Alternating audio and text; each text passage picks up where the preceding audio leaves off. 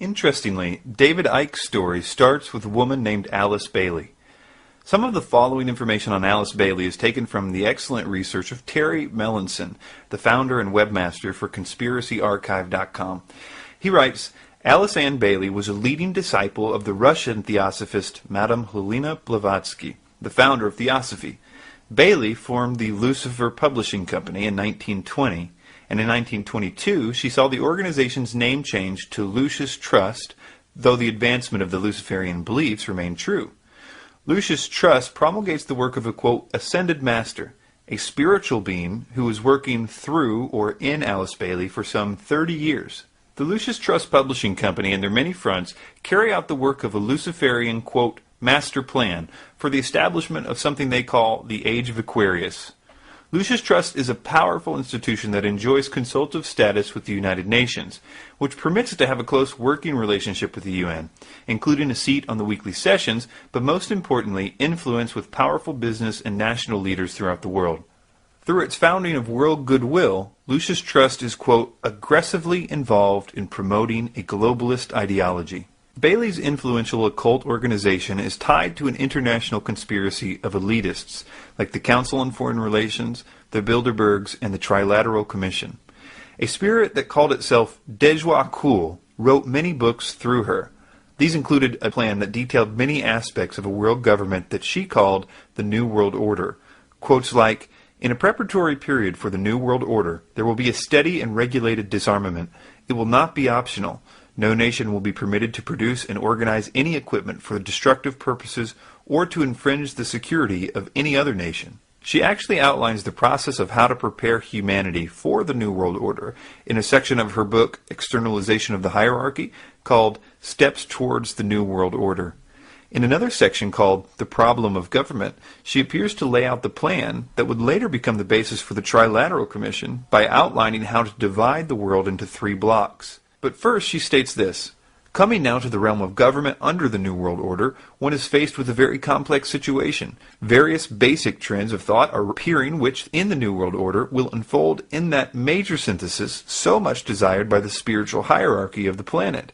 In addition to being one of the founders of the ideals and philosophies of those planning global governance, her writings also gained immense fame with another people group, that is of the so-called New Age. Her extensive writings served as the foundational beliefs of the New Age movement to this day. David Icke in recent times seems to agree with this. He said in his book, The Biggest Secret, quote, 2 organizations spawned by Alice Bailey's work, the Lucis Trust and the World Goodwill Organization, are both staunch promoters of the United Nations. He also says, Alice Bailey founded the Arcane Esoteric School. She claimed to channel an entity she called the Tibetan, and she produced a number of books including Hierarchy of Masters, The 7 Rays, A New Group of World Servers, and New World Religion. Bailey said that her Tibetan master had told her the Second World War was necessary to defend the plan of God. That sounds ridiculous to me, but there are many in the New Age field who believe that everything is a part of the plan and the will of God, even a global Holocaust. It's impossible to understand why David Icke teaches the things that he teaches these days without first reading 2 of his now out-of-print books. His first book, Truth Vibrations, which he still mentions on his website, but says that they're out of stock, and his next book, Love Changes Everything, which he doesn't even have listed on his website at all. Before we get into the details of this very important material, you should know a little of the history of each book. Truth Vibrations was published in 1991, and Icke will refer to it from time to time. And although he admits his views have changed slightly, he still agrees with much that is in the book. Then there's his next book, Love Changes Everything. And unlike Truth Vibrations, Love Changes Everything was written after his Kundalini spiritual awakening in Peru, where Icke says that his mind was blown. And because of this, Icke says he doesn't like that book at all. He says, quote, I don't like that book because it was written at the most extreme time of my transformation, when I wasn't sure what planet I was on, never mind what my name was. The problem with trying to distance himself with these books is, as we will see, it's obvious that he still believes their main points. We will see countless examples of this in his recent talks and his recent books. And once you see the details of his early beliefs, it will become very clear that they are the same beliefs that are behind Alice Bailey and the New World Order. The first clue that there was a connection between Icke and Alice Bailey came only a few pages into Love Changes Everything, where Icke says, Since the publication of the Truth Vibrations, I have learned so much more as I have communicated almost daily with Rakorsky, the one known as Lord of all creation, who is directly responsible for the changes the earth will undergo. I also communicate often with the one we know as Jesus, the Spirit of the earth, and many others.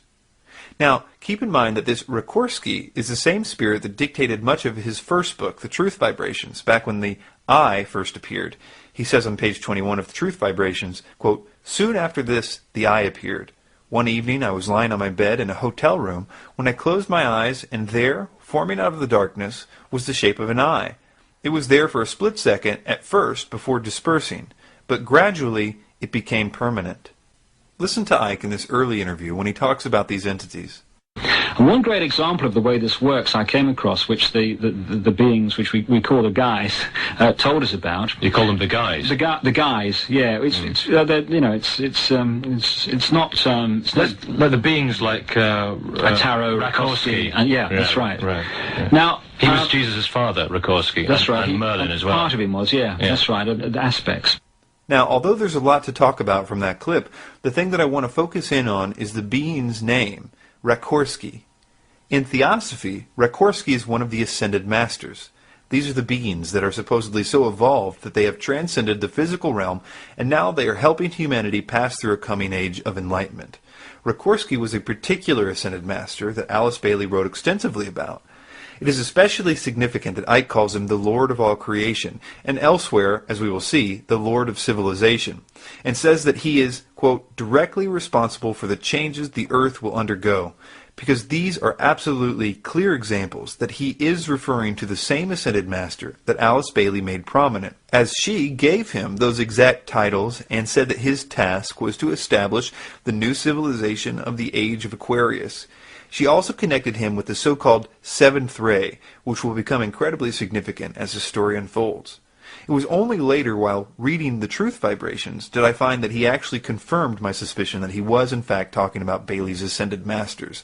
In a section where he was talking about the different messages he received, he said, "Some of the communications came directly from the consciousness which has the awesome responsibility for easing in and guiding the new age of Aquarius, the Lord of civilization and the Lord of the seventh ray, one of the energies we will soon be receiving at a much increased power." He continues, "The universe is governed and guided by a massive hierarchy, and the person or consciousnesses are selected purely by a soul's stage of evolution. There are beings that guide the cosmic, galactic, solar, and planetary systems, planets, countries, and regions. Each one of these systems is broken down into further levels of organization. At the head of our solar system is the solar logos, working with the lords of the rays who control the energies that affect consciousness and spiritual development of life forms. These have become known as the Ascended Masters, and they are supported by other Ascended Masters behind the scenes, as it were." One of the best ways to demonstrate that David still holds these theosophical views today is with David's view of the so-called solar logos. As we just read, David believed that there was a literal sun god called the solar logos, and that the solar logos was going to be the entity that would send the energy to raise our consciousnesses and to make us, well, godlike. In another place, Ike says that Rakorsky told him that, quote, "The solar logos is the spirit of the sun who guides the solar system and sends certain energies to the planet and the stars." He also goes on to say that the solar logos can reach a, quote, "immensely high level of understanding, and that he or she can then evolve to be the Lord over several suns."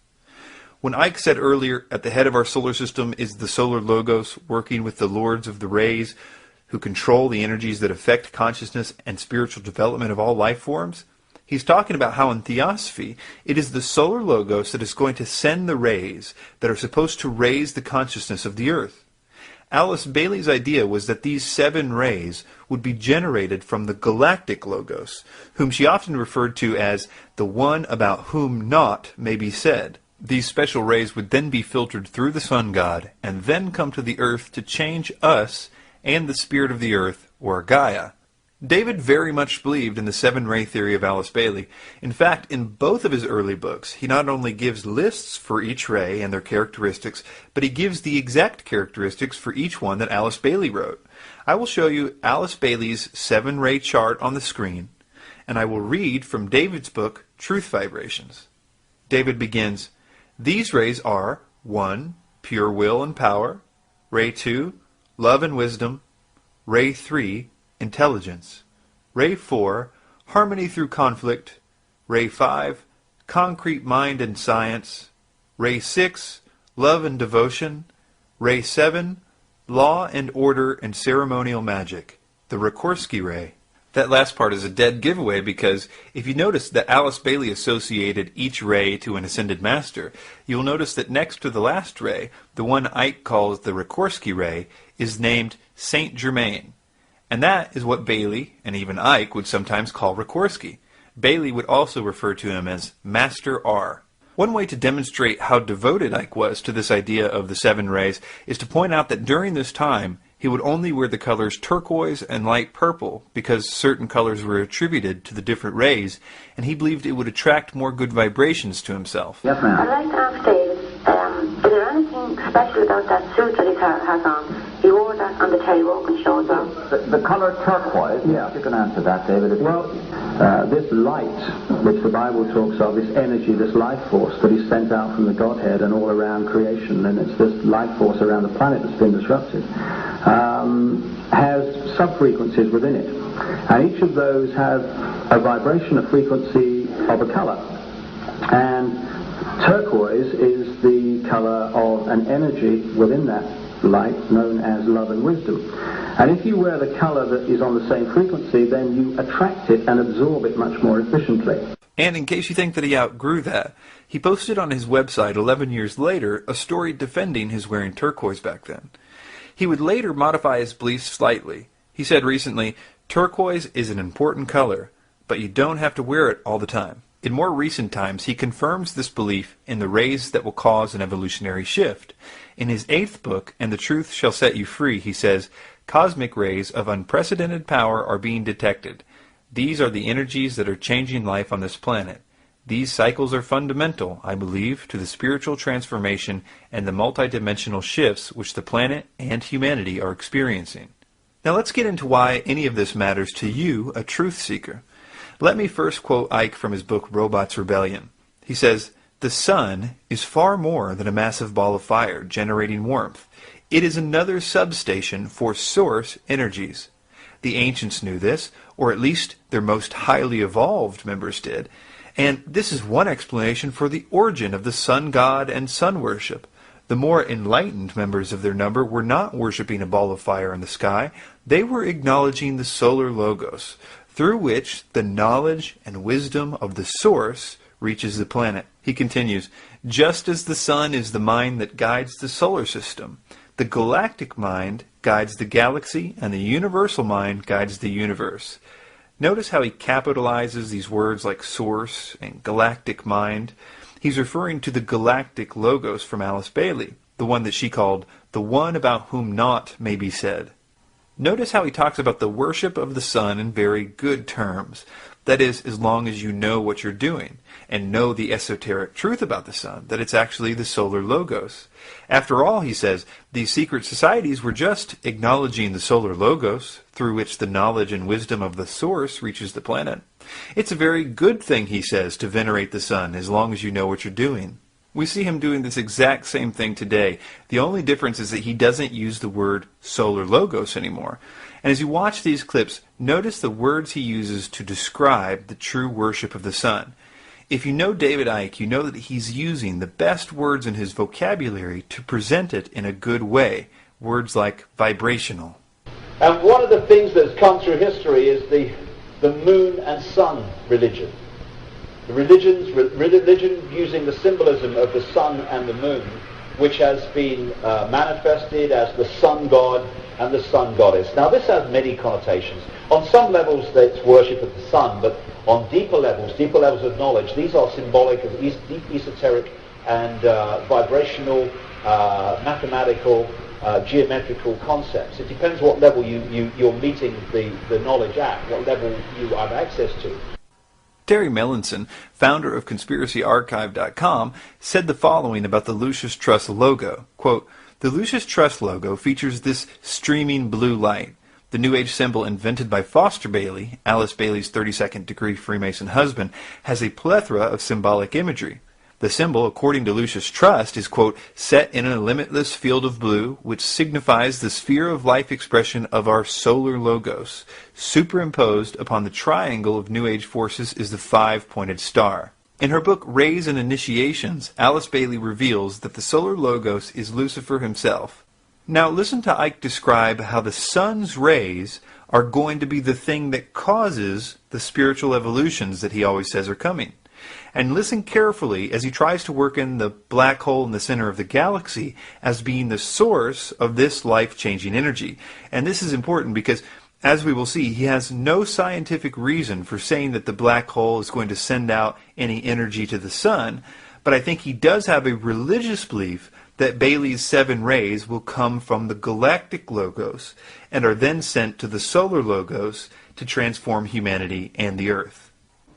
And my feeling about this awakening is that this is very, very much involved. I've got a lot more to do on this, to say the least, but I'm sure that the sun is far more than a source of heat. It is a place or an opening, a gateway, where great energetic change and code changes come into this solar system, same with others all around what we call the universe. And I feel that at the elite level, not among the general population, one of the focuses on the sun, or the reasons for the obsession with the sun, is the knowledge of this, right going back to the ancient world.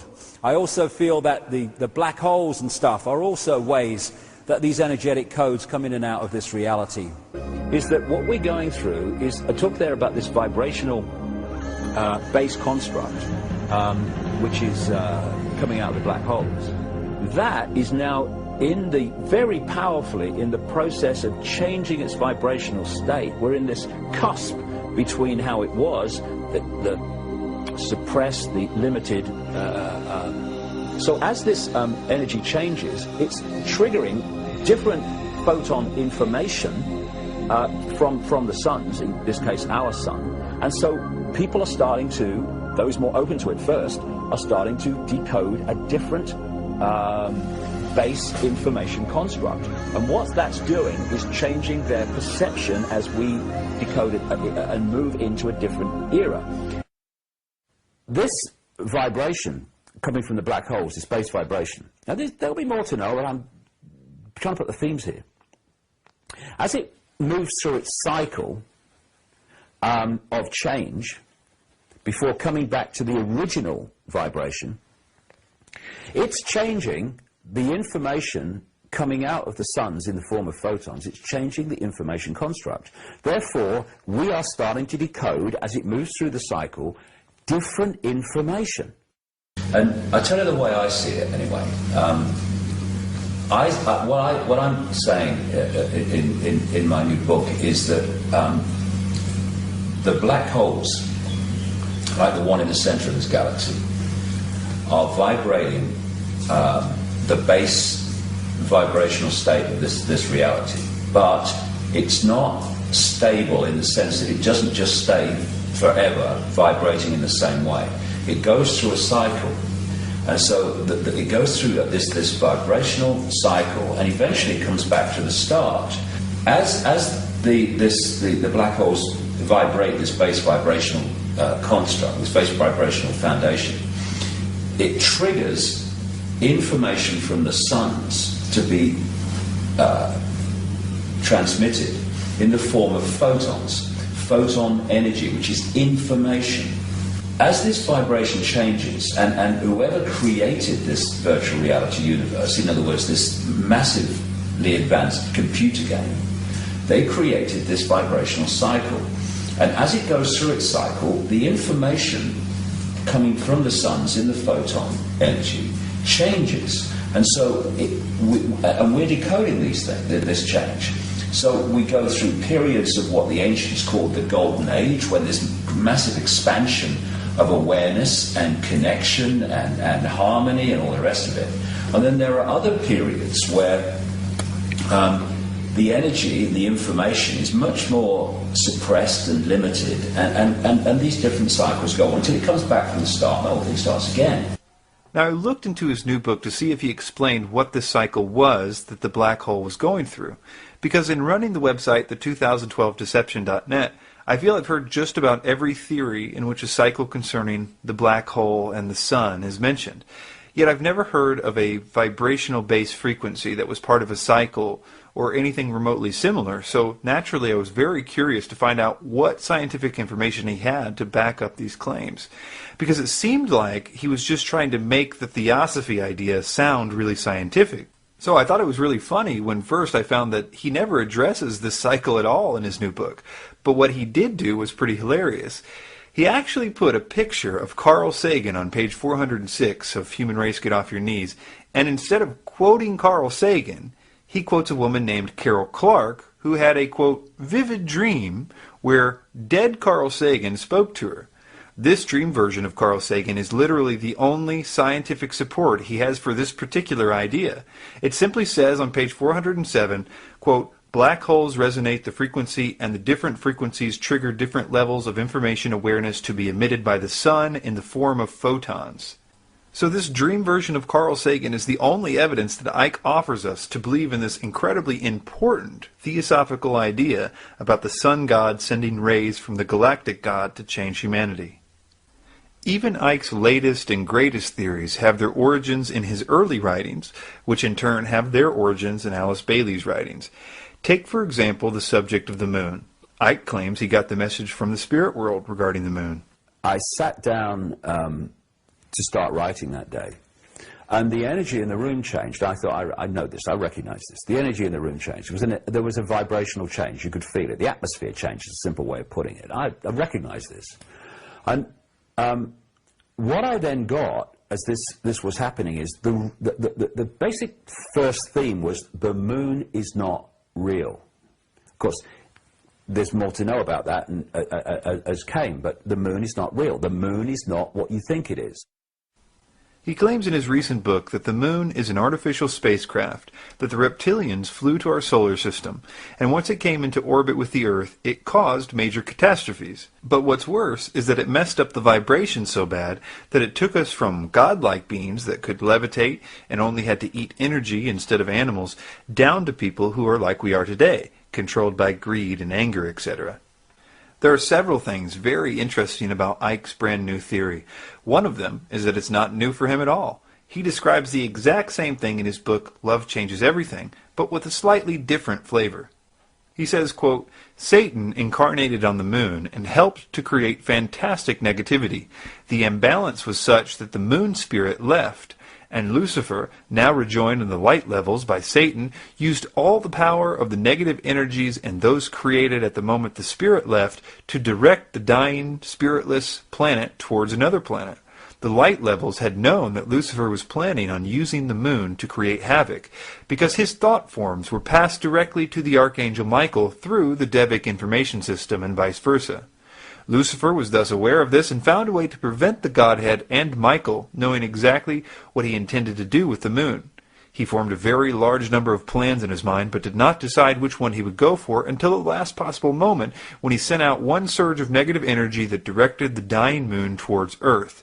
The Archangel Michael said, there were a great number of possibilities, and we were in a waiting situation. Icke says that this, luckily, was happening right at the time of a scheduled axis shift at the end of the Atlantis civilization, and as a result, the sun god was putting forward a lot of positive energy at the time. He says, quote, Rakorsky said of the aftermath that the power of the solar logos' positive energy ray was enough to stop the moon from colliding with the Earth, but it became trapped in the Earth's orbit. Icke continues, the Earth's energy was in tatters, and if it were not for the Archangel Michael somehow keeping open some energy arteries to the main network, the planet would not have survived. I owe him much, the Earth Spirit said, and his perseverance and positive attitude was wonderful for all of us. A spirit called Magnu, whom Icke still quotes at the end of his lectures, said the following on pages 61 and 62, quote, Land was torn in half, life was snuffed out in an instant, and it was the start of what has become known as the cataclysm. There was water everywhere, tidal waves everywhere, land froze within minutes, great mountains of rock were wrenched out of the earth, areas of land sunk, just collapsed and disappeared. There were violent eruptions, devastating land shifts, and the sea came in. Doesn't this help you better understand what Ike is saying in this interview? For me, this period that people call Atlantis and Lemuria and talk of great cataclysms and stuff like that, that was probably the time when the hacking happened. There was a vibrational shift in a direction of limitation. My feeling is that, first of all, we had a much greater expansion of awareness, visual awareness, hearing awareness. All the senses went much further out vibrationally, and therefore we could access far more. When this shift of limitation took place because of these cataclysmic events, you can clearly see in the biological and geological record that this happened, and of course you can see it in all the great flood and cataclysmic stories in all the native cultures around the world. When this happened, there was an energy deficit, and I feel that energy deficit is bridged by what we call food. You've got lions and all these different animals all over the world, right down to the insects level of life, that basically every day is a killing field just to survive, because they are taking in energy in a solidified form, that energy deficit, because of the energetic shift that took place. That's brilliant. This energetic flaw, this vibrational cataclysm did was it took the state of this reality, vibrational state of this reality, from harmony to disharmony. Right? Now, hey, we're now decoding harmony. Love, peace, beauty. Suddenly there's a shift. Now we're decoding not that, we're decoding this. For the record, even the eating energy thing is from the book Love Changes Everything. On page 97 it says, with the energy system only at minimum levels, they could no longer live purely on energies in the water and the environment. They had to supplement these by consuming the energies in plant life. This is why we need to eat food now, to make up for the low energy levels in the world around us. Now here is the Alice Bailey connection. She has this to say about the moon. The moon chain has in itself a curious occult history not yet to be disclosed. Certain brief hints may be given for due consideration of students. The moon chain was a chain wherein a systematic failure was to be seen. It is connected with the lower principles. The sexual misery of this planet finds its origins in the moon failure. The progress of evolution on the moon was abruptly disturbed and arrested by the timely interference of the solar logos. This one would correspond exactly to Ike's story of the moon spirit being kicked out and the solar logos saving the day at the last minute. The secret of the suffering in the earth chain, which makes it merit the name the sphere of suffering, has its origin in the events which brought the moon chain to a terrific culmination. This next one from Alice Bailey is pretty important because it's at the heart of what Ike's current theory is. It says, certain results, such as the finding of its polar opposite, were hastened unduly on the moon chain, and the consequence was an uneven development and a retardation of the evolution of a certain number of diva and human groups. Diva is a term that Bailey and Ike use to mean angels, like Lucifer. The origin of the feud between the Lords of the Dark Face and the Brotherhood of Light, which found its scope for activity in the Atlantean days and during the present root race, can be traced back to the moon chain. So you can see that Ike's new moon theory is really just an expansion of Alice Bailey's writings on the moon. The next piece to this puzzle surrounds the idea of Gaia, or the Earth Spirit. David has been, and still is, very passionate about the existence of the Earth Spirit, what Alice Bailey calls the planetary logos. The spirit of the Earth is the most evolved spirit ever to incarnate in a physical planet.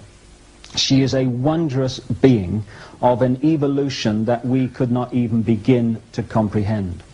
And without that wondrous spirit and that high evolution, and the higher you go up in evolution, the more ability you have to love, the more ability you have for tolerance, the more of all these things you have.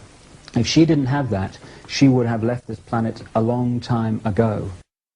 When I said publicly in 1991 that the Earth was a living entity that we could communicate with and could communicate with us, people just dubbed me crazy. And now we're seeing scientists who have studied this coming to the same conclusion. Yes. No one did more to popularize the idea of the Earth Spirit than Alice Bailey. It was her writing that influenced the Gaia religion of the United Nations, which will play an important role in the coming world government. A great example of this is a man named Robert Mueller. Robert Mueller was the author of the World Core Curriculum. He is widely recognized as the father of global education. For 30 years, he was Deputy Secretary General of the United Nations. He was the Chancellor of the United Nations University. His ideas about world government, world peace, and spirituality led to the increased representation of religions in the United Nations, especially the New Age movement. He became known as the philosopher of the UN. He's the founder of Robert Mueller Schools, and the preface of the Robert Mueller School World Core Curriculum Manual, November 1986, says, "The underlying philosophy upon which the Robert Mueller School is based will be found in the teachings set forth in the books of Alice A. Bailey by the Tibetan teacher Dejwa Kul." Robert Mueller told an audience in Costa Rica, "We hear now of the Gaia hypothesis, of the interdependence of all inert and living matter, that we are part and parcel of a living planetary organism." Maurice Strong is another Gaia supporter. He was the founder and Secretary General of the United Nations Environment Program and Secretary Advisor to Kofi Annan. He was the founder of the Earth Council and the Earth Charter Initiative and former president of the United Nations University of Peace. He is the author of most of the key United Nations environmental policies and plans, including Agenda 21, the Earth Charter, the Kyoto Protocol, and the United Nations Report on Global Governance. He also founded the Manitou Institute, where various groups perform rituals to heal Gaia. This list can also include people like Al Gore and Ted Turner. So I'm saying that there's a connection between Alice Bailey and the idea of Gaia, or the Earth Spirit, and the New World Order agenda. And to understand it, we should listen to a quote from David Icke about what the Earth Spirit does when people aren't ready to evolve. It says, quote, "This is how the split in Atlantis occurred, and as it did so, the energy system and the roof of light became less powerful. The Earth Spirit decided, with guidance from Rikorsky and the Godhead, that rather than see such a wonderful people continue to fall down the frequencies, she would create the physical changes that would end Atlantis. Those who were still balanced enough to listen to guidance from the light levels would be led to places of safety during the changes. They would later return to restore the roof of light and to take care of the planet still further to even higher frequencies than she had yet reached. You can see that the Earth Spirit did not make this decision out of anger or resentment. Her motivation was love, just as it is today.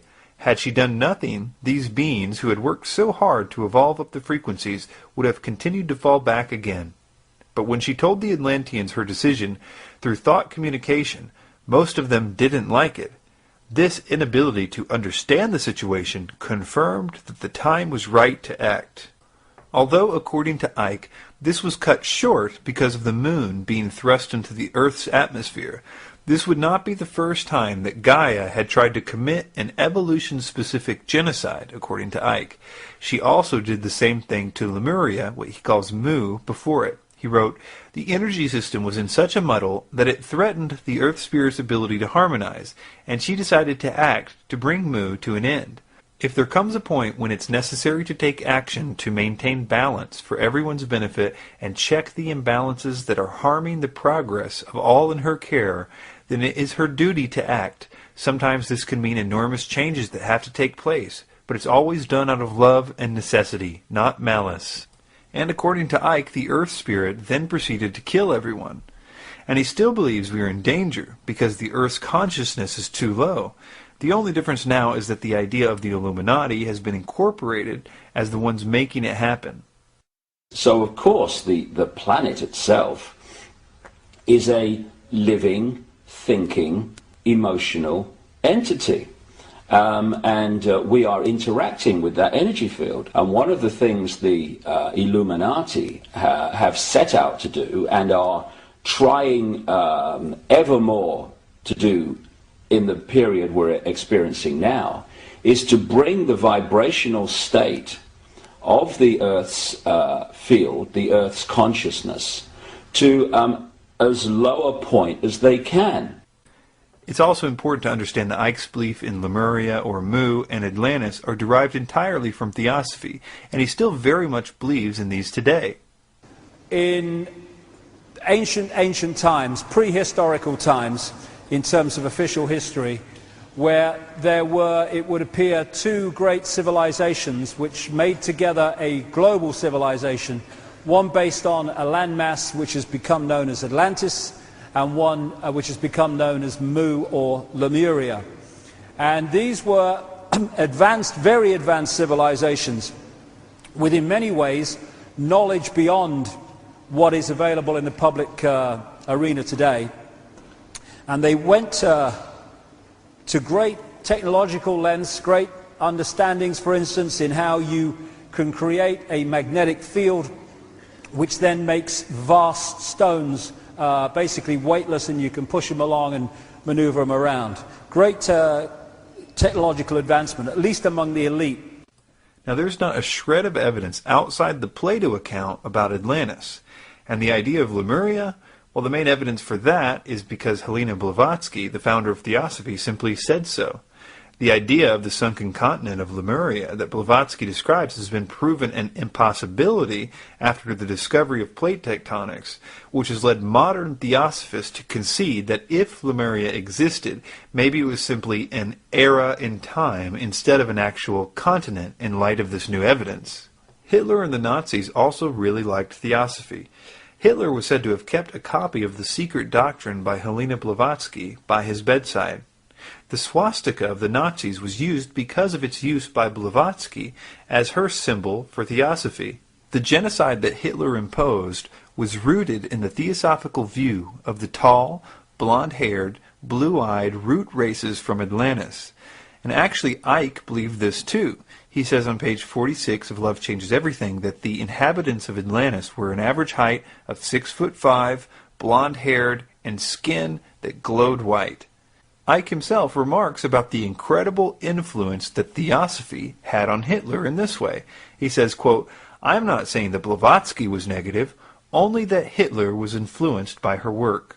A few other similarities is that Hitler also believed in this idea that the moon came into our orbit and thus gave the need to create this new evolution.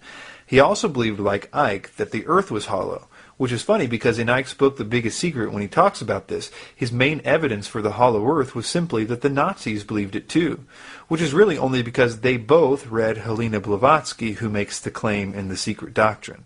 Also, Hitler believes that the Atlanteans possessed psychic powers and that they were destroyed by a flood, just like Ike believes.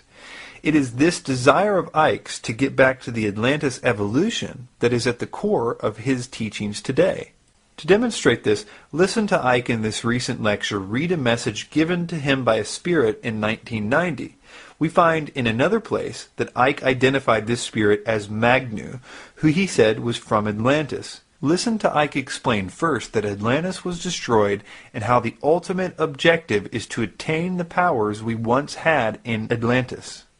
In 1990 I experienced this, and it stood the test of time in my experience.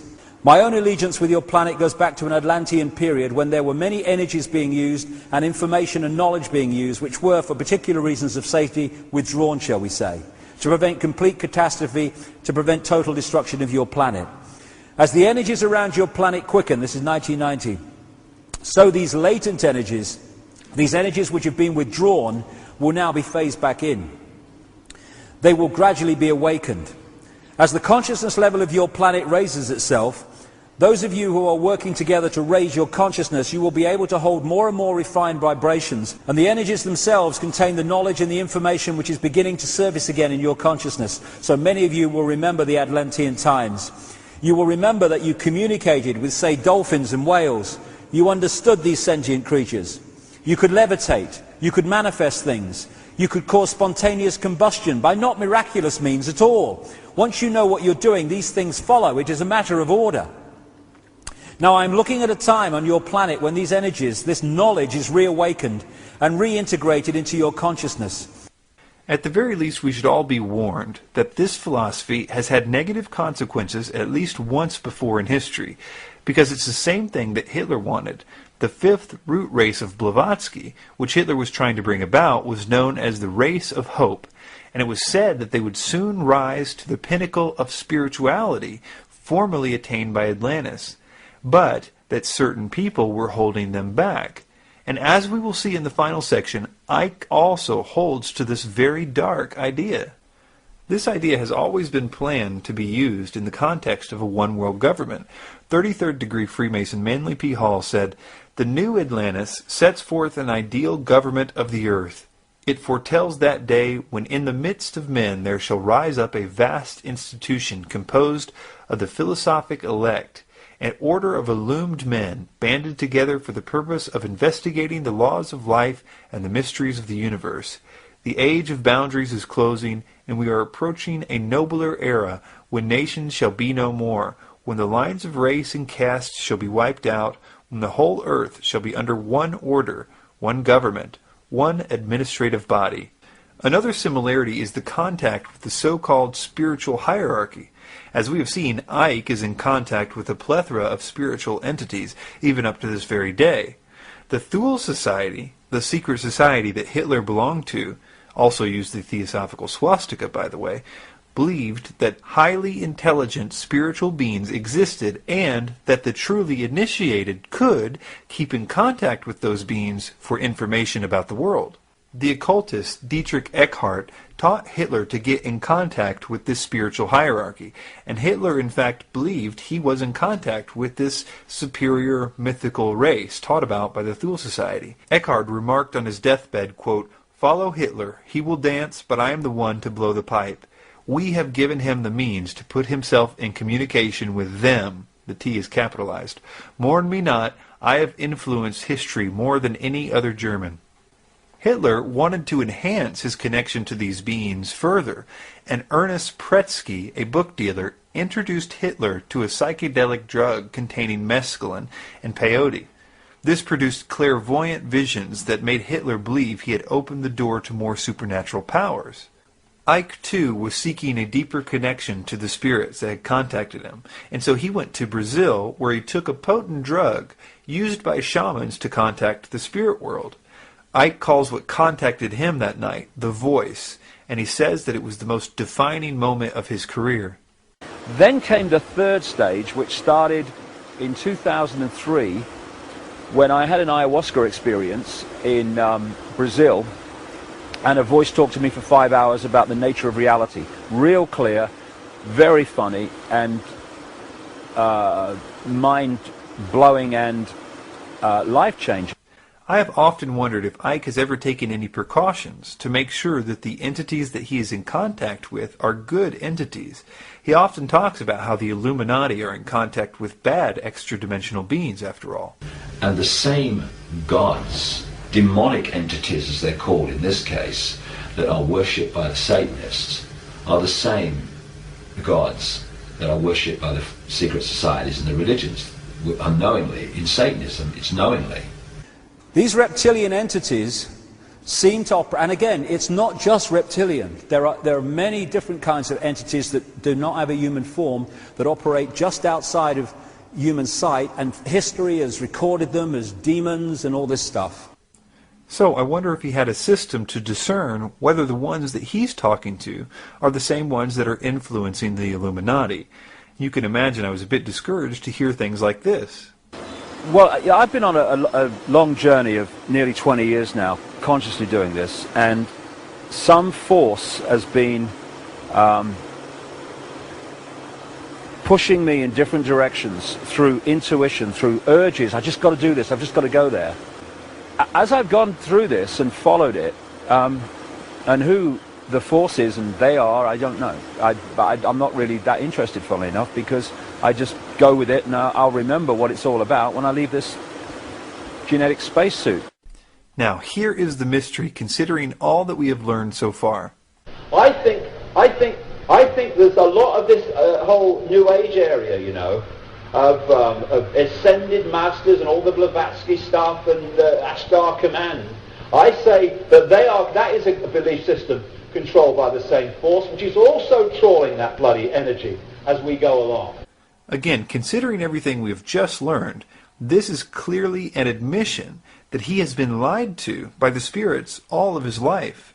I mean, if they told him that they were Alice Bailey's ascended masters, which they did, and they taught him theosophy word for word, which they did, he must be admitting here that all that he was taught is a lie.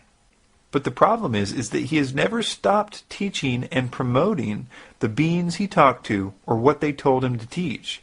He clearly attributes everything he is to them. Among these messages that was given to me in 1990 were,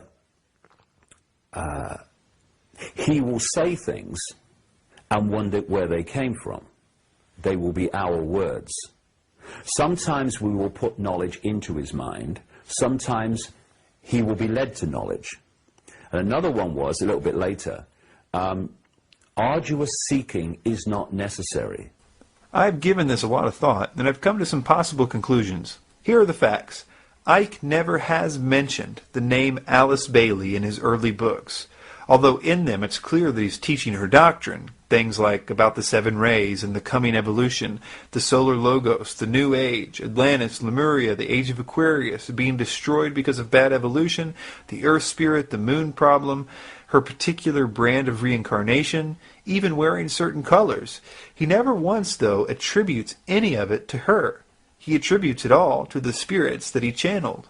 He says he got all this information from the spirit world, which I'm willing to believe, and therefore I suppose it's possible that he hasn't made the connection that everything he believes is from Alice Bailey himself yet.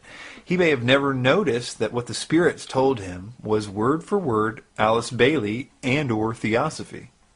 The other possibility is that because he has alluded to in the past the idea that sometimes during channelings the paradigm of the channeler gets in the way of the message, and so therefore the message can be tainted by the messenger. He refers to this, I think, to try to explain the fact that he has pages and pages of material of his conversations with Jesus, whom he nowadays says never existed. The idea is that, well, the channeler believed in Jesus, so the name was messed up. But, as we will see later, these beings do much, much more than claim to be some entity. They play the role to the very end and really expect you to go tell people what they told you. There are many problems with this, but the biggest one is that, let's say some of the psychics that he talked to were big Alice Bailey fans, and so he got information that was filtered through their paradigm. Now that's still not an excuse, because we're right back to the problem of, well, if he learned later on that Alice Bailey and her ascended masters lead to a new world order ideology, why is he still teaching us the exact same ideology, only packaged in a way that seems to try to hide the obvious source?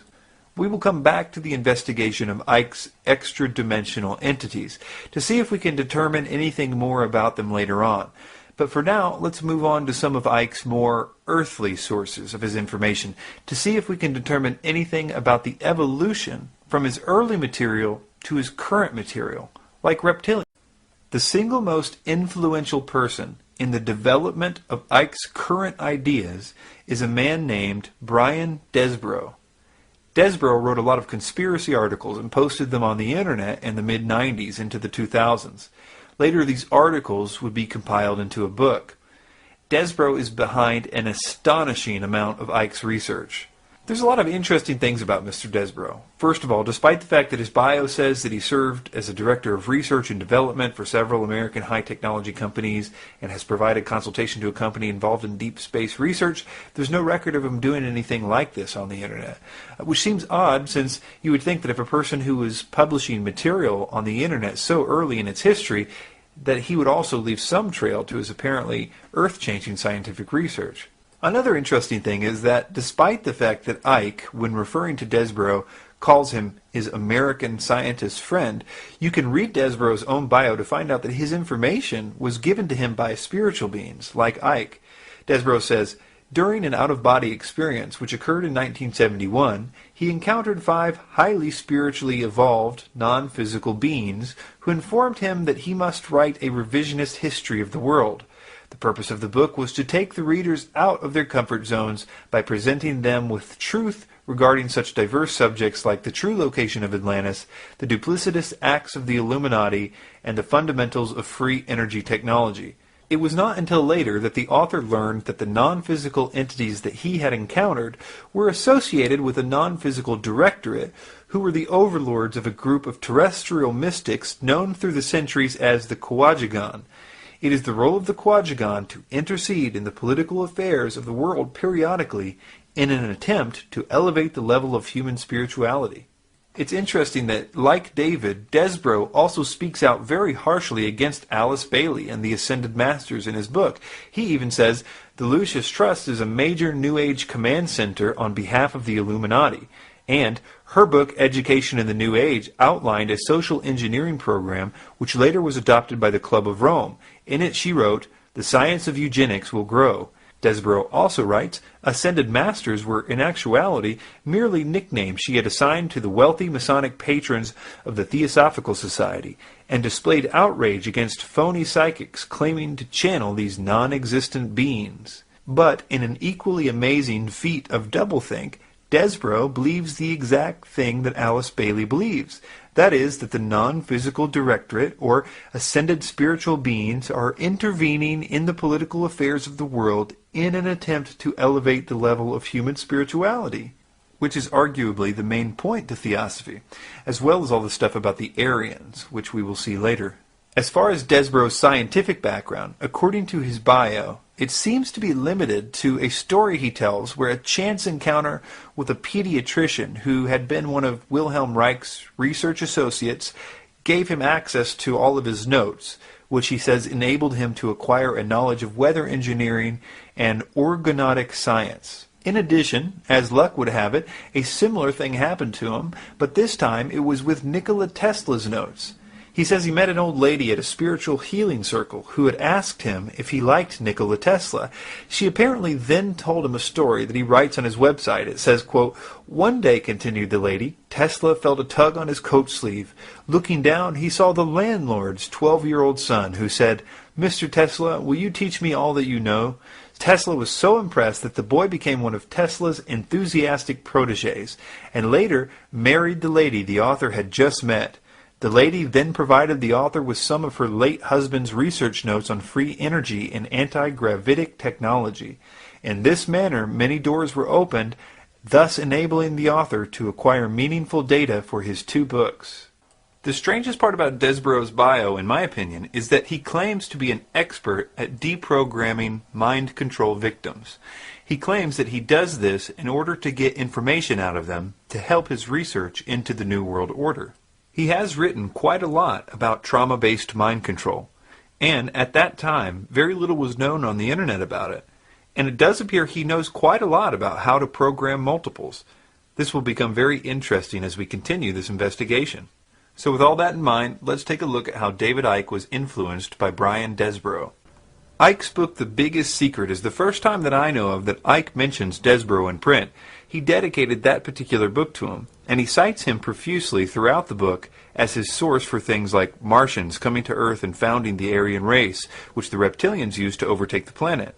Brian is also the source for much of the information on the Babylonian world, and things like black people are a result of the Earth being closer to the Sun at one point, the Ice Age being an illusion, monoatomic gold, directed energy weapons, UFOs are government craft, crop circles are space beams, David's new view on Jesus, and much more. Ivan Fraser, the other person who David dedicated his book, The Biggest Secret, to, later spoke out against David and said this about Brian Desborough, quote, is there anything David could tell us about Brian Desborough's background to allay any doubts we may have about his integrity, considering his massive influence in the content and direction of The Biggest Secret? Also, Icke's subsequent book called Alice in Wonderland and the World Trade Center Disaster is no better than a copy and pasting of Brian Desborough's article entitled The 9/11 Disaster, the Myth and Reality. If you have read Icke's Alice in Wonderland book on 9/11, please read Desborough's article when you have time, and you will see that the information in there is exactly the same, the wording, even the mistakes. But the curious thing is that even though it's clear from reading Desborough's 9/11 article that Desborough is the one who did all the research, Icke doesn't cite Desborough one time in his book, even though it's painfully obvious that it was taken from him.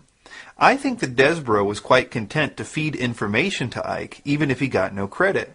One example of this is in regard to the reptilian scandal. As I mentioned, The Biggest Secret is dedicated to Brian Desborough and another man named Ivan Fraser. According to Fraser, it was Desborough that introduced Icke to Arizona Wilder, and it was her testimony that ended up being the reason why Icke went public with the reptilians thing. Desborough also admits to introducing Icke to Arizona Wilder, as well as arranging the meeting between the two, because Wilder was a victim of trauma-based mind control, and apparently Desborough had accessed her programming in order to get information about the Illuminati. According to him, he was amazed to find that she confirmed what he had already been telling Icke, which will be important later. This is Ivan Fraser's side of the story. He had been proofreading The Biggest Secret for David Icke, and he found out about the reptilians thing this way. He says, quote, Arizona Wilder was not mentioned at all in the draft copy of The Biggest Secret which I had read. David had not met her yet.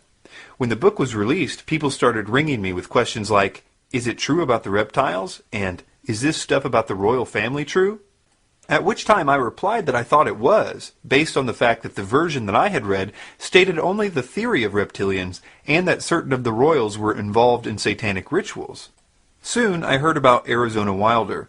David stated that he saw his encounter with Arizona Wilder as an amazing synchronicity which endorsed his work in his latest book. How could she have known all this stuff which tallied so exactly with The Biggest Secret? Well, I believe I'm not as naive as David, and I know exactly how she could have known. Icke was passing copies of the book via post to me and others for editing. Fraser continues, this brings in another character who is pivotal to the entire Biggest Secret thesis. It was a contact of David's named Brian Desborough, who introduced Arizona to David. Brian is mentioned as a source for a great deal of the information in the book, having supplied most of the material on which David based his idea about the Martians coming to Earth and founding the Aryan race, which the reptilians used as a vehicle to overtake the planet. Brian is also the source for much of the information David had compiled on the Babylonian world, its myths, and how they fed into the sinister secret societies. It was Brian Desborough who was also looking at the draft copy of The Biggest Secret at the same time as myself, i.e. before David met Arizona Wilder. Therefore, the fact that Brian Desborough may be responsible for fundamentally leading the direction of David's research, if not planting much of the basis of the book in David's mind, is obvious. But then, to be the same person responsible for giving him the so-called eyewitness to testify to the verity of that information is highly suspicious. Brian also writes articles on mind control and seems very knowledgeable on the subject. Is it possible that he could be directly involved in some way that we are not being told about?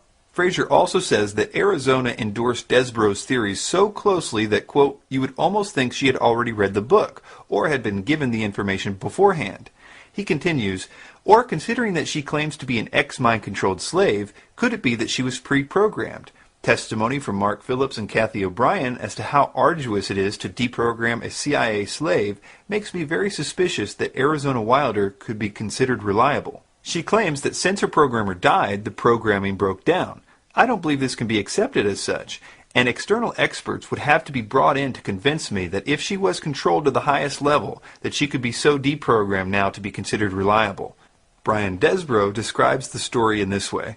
My own research, based on unpublished astrophysical data, revealed that Mars originally occupied our planet's orbit and was populated by a technologically advanced Aryan race.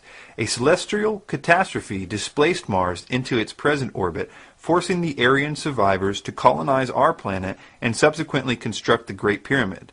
Then they were overthrown by an evil priesthood who established the royal court of the dragon in Egypt. While David was writing his book, it was my good fortune to meet the mother goddess of the Illuminati. She corroborated my research, adding that the Illuminati hierarchy are shape-shifting dragons who require the consumption of Aryan blood in order to maintain their shape-shifting capability. hence their opposition to interracial marriages. As we watch these clips of Arizona Wilder, notice that when she was asked about the history of the reptilians, that she says that she was made to learn this. No matter who she thinks taught her this information, the fact that a bunch of Satanists made someone learn something sounds like programming to me. In your experience, being brought up in this Illuminati environment, were you ever told anything about where these reptilians came from, and what is the history of it all? I was made to learn through Mothers of Darkness, which is a certain aspect of the organization, because that was an early part of my training, the history of what was the Illuminati on this planet. And what I learned was that the Aryans originally were from Mars, and the reptilians came to that planet they came from another place, they came to that planet, they came to rule, because they wanted to mix, so they said, with that race, and but they became the overlords. That's an interesting term, overlords. Brian Desborough uses it almost 30 times in his book, compared to Ike using it one time, and even that was in a quote. It doesn't prove that the info was planted by Desborough, but it is a suspicious coincidence. And the Martians, or Aryans, were seeking to escape from it. They went to the moon, and then were there attacked, and they then went to Earth and established culture here on Earth approximately 6,000 years ago. And at that point in time, they were doing well, and they were mixing with the indigenous population of this Earth. They were getting along with. And then about 4,000 years ago, the reptilians arrived here and again began to take over. And they instilled themselves in different places underground in the Earth, and also this one part of them, the ruling part, took over and became involved in the politics and in the religion, and started controlling through these means at that point in time. A woman named Sva Lee, who is widely regarded as trustworthy by many in the truth movement of all backgrounds, claims to be a former programmer for the Illuminati. She is currently in hiding, we hope, but her writings, which are still posted on the internet, fill in many of the details about how mind control slaves are programmed. One time she was asked about this reptilian idea. The question is, Sva Lee, I have to ask you this. There are stories floating around on the internet about the Illuminati and other agencies being run by extraterrestrials, in particular a reptilian race operating from a higher dimension. Any thoughts on that? My answer will probably cause a lot of anger, and it's not meant to step on any toes. Here it goes. I have never seen an alien or extraterrestrial. I have seen some programming to make people think they saw aliens as a cover story for programming, if they remembered. None of the head trainers I knew or others on the Leadership Council believed in aliens, although I never asked them. I personally believe that the reptilian stuff is actually the demonic at work. I have seen shape-shifting and other stuff because of demonic influence. Okay, so some of you here will say, gee, she believes in demons, that's as far out as aliens. Well, this is what the Illuminati certainly believe in. They know there are spiritual realities, and they think that they can control them. Those of a more cynical bent would say that the shape-shifting was a drug-induced hallucination and group hysteria in the context of a ritual setting. I will let each reader decide based on their personal comfort zone, but no, absolutely no reptiles or aliens seen in Washington, D.C. or San Diego, California as of 5 years ago. At least I never saw them. Interesting that Ike seems to validate this idea that spirits can make a person shapeshift. It was a lady who channeled this consciousness back in 1990, and I'll just read what it said because it's so relevant to now with the hindsight of the years that have passed. And if anyone doesn't believe in shape-shifting, they should have seen this woman's face when she was doing this, because she became someone else. Her face, it was like, whoa, changed to a completely different face. I would say that Arizona Wilder's testimony is worth listening to. It seems to be consistent with high-level satanic rituals. I would suggest one possibility is that she may have been made to learn the reptilian story, as Spally suggested, so that if her programming did ever begin to break down, she would tell people that it was reptilians instead of satanic rituals. Something that a lot of people miss about her testimony is that the entire purpose for the ritual she did was to summon what she calls demons, or old ones, so that they could give more information about how the New World Order should be set up to the top-level people. It's clear that she believes it's the demons, not reptilians, that are behind the planning for the New World Order. They materialize from out of another dimension and are present at rituals, and they are so powerful, and their presence is such an evilness about them, and they want out of this other dimension, and they can't. They have to be called out by someone who has that power, and the reptilians don't have this power. That's very important, that they don't have this power. So during a ritual, these old ones are called out,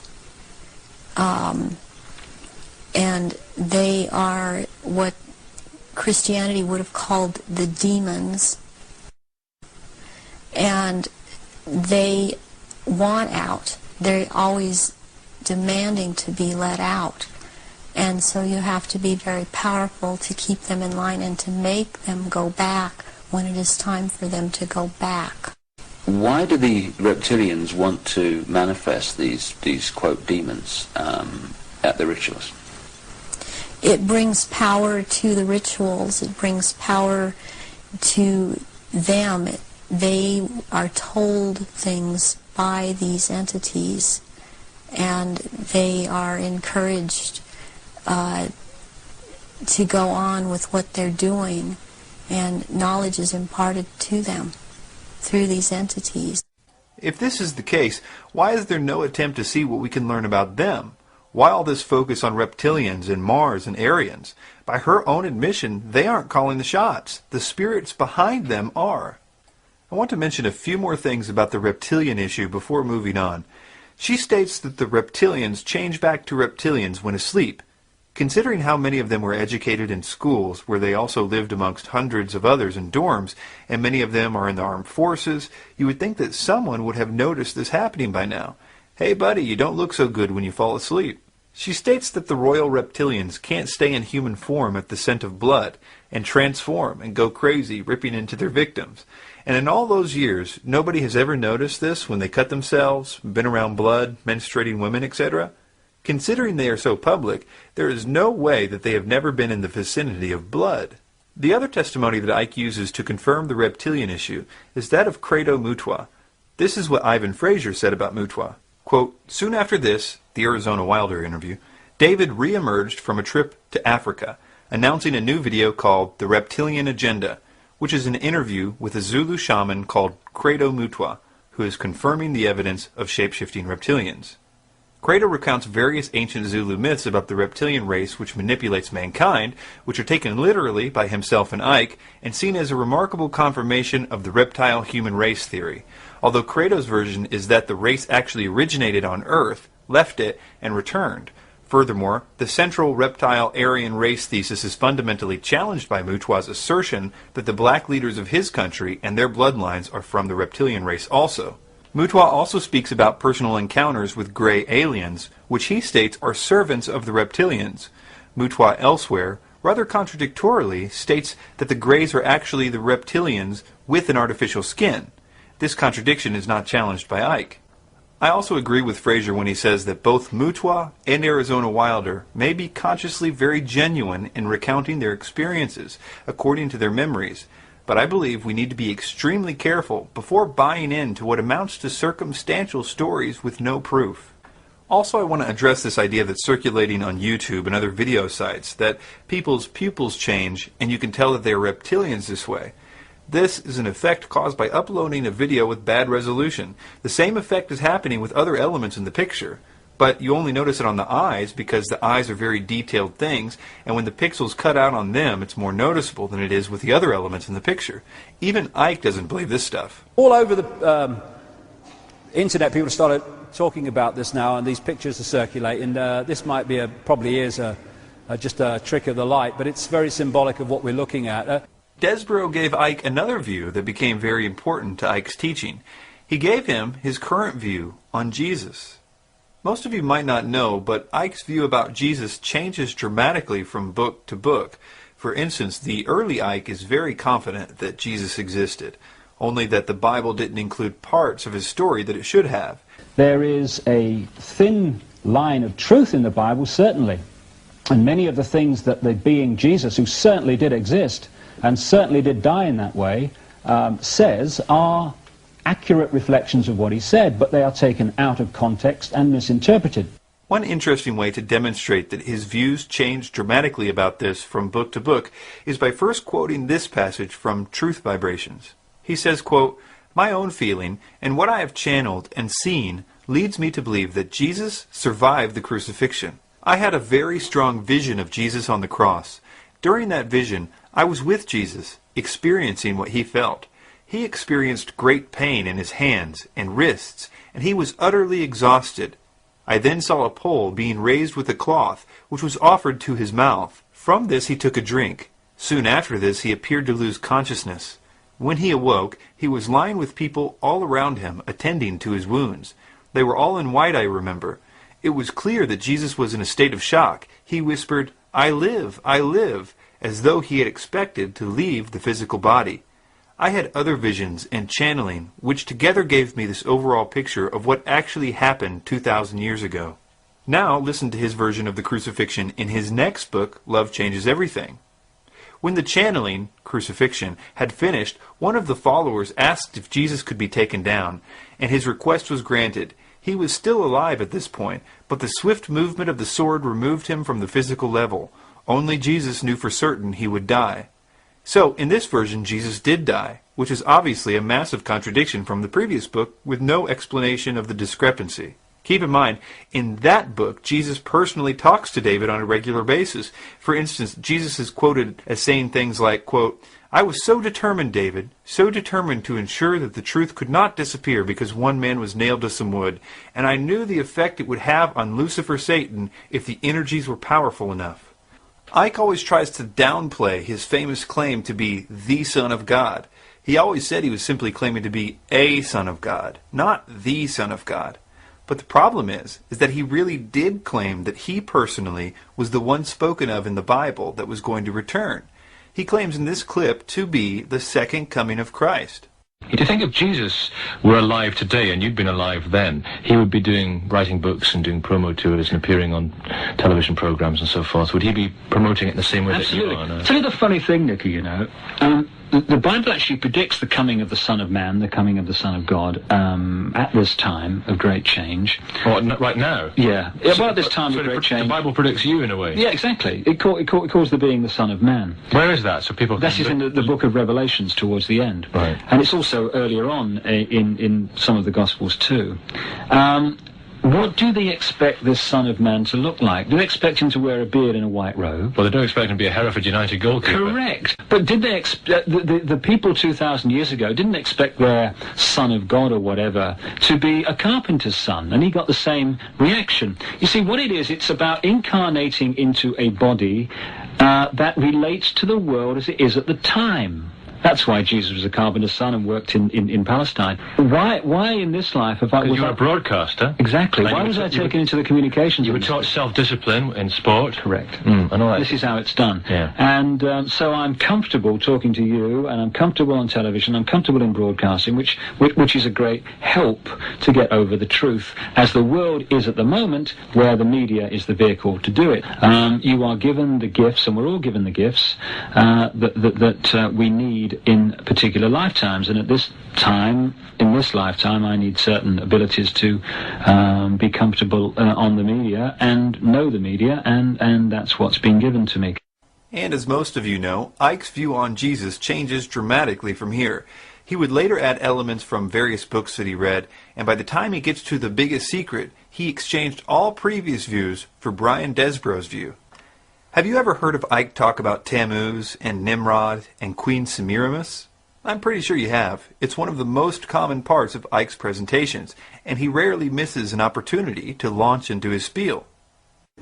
In Babylon, they had a trinity of Queen Semiramis, also known as Ishtar or Istar, Nimrod, the sun god, she was the moon goddess, and Tammuz, who was the virgin-born son of Nimrod and Semiramis. He took this view word for word from Brian Desborough, and although he doesn't credit Desborough for it, it's clear that he did. For instance, there is no mention of Tammuz or Semiramis before this book, and it's obvious that he is using the same wording from Desborough's article called The Great Pyramid Mystery, Tomb, Occult Initiation Center, or What? For instance, Ike writes, Tammuz, who is said to have been crucified with a lamb at his feet and placed in a cave when a rock was rolled away from the cave's entrance 3 days later. Now compare that with what Desborough writes. Tammuz, who, according to the writer Langton Tias, was said to have been crucified with a lamb at his feet and placed in a cave when a rock was rolled away from the cave's entrance 3 days later. The only difference is that Ike takes out the reference to Langton Tias. One reason he probably did this is because Langton Tias was a person who was widely known for taking Christianity and trying to explain it using pagan symbology to be more acceptable to the pagans. So it's not shocking if we were to find this information, but as we will see, even given this, the claim is still not true, and that's probably why Ike drops the reference altogether. In any case, the point is that Ike took the reference, and it's clear that Ike had access to this particular article, because in other places in his book, The Biggest Secret, when Ike cites Desborough, he cites this very same article. The footnote reads, Brian Desborough, The Great Pyramid Mystery, Tomb, Occult Initiation Center, or What? A document supplied to the author and also published in the California Sun newspaper, Los Angeles. The biggest problem here is not who he got the information from, but how terrible the information is. No scholar would ever write that a rock was rolled away from Tammuz's tomb after 3 days. This is a flat-out untruth with no apologies. Even Acharya S., who Desborough is misquoting right here, disagrees with this idea, and that's saying something if you know who she is. Ike traded in his earlier view of Jesus for this most easily disproved one. I will call it the zeitgeist version of Jesus. This is the one where he did not exist in history, but was an amalgamation of ancient pagan gods. This is the one that I believed for a long time, thanks to David Icke. But I started doing some investigation on my own, and I realized that something was really wrong with this view. Although it sounded plausible and even scientific, I couldn't confirm any of it with the actual writings about these gods from the original sources. And all the people that claimed that these things could be found in the original sources were Freemasons or Luciferians. For instance, Ike tells us in The Biggest Secret that Horus was the Good Shepherd, that Horus was the Lamb. Horus was baptized at age 30, he was the child of a virgin, his birth was marked by a star, he had 12 followers, Horus was the morning star, Horus was the cursed, Horus was tempted on a mountain by Set, and that he was a child teacher in a temple. The problem is that none of this is true. If you read every single thing you can find that the Egyptians wrote about Horus, you won't find any of this stuff. It's a flat-out lie. And guess who Ike cites for his claims like this? Albert Churchward, a high-level Freemason. And not only that, but someone who lacks any expertise in this field.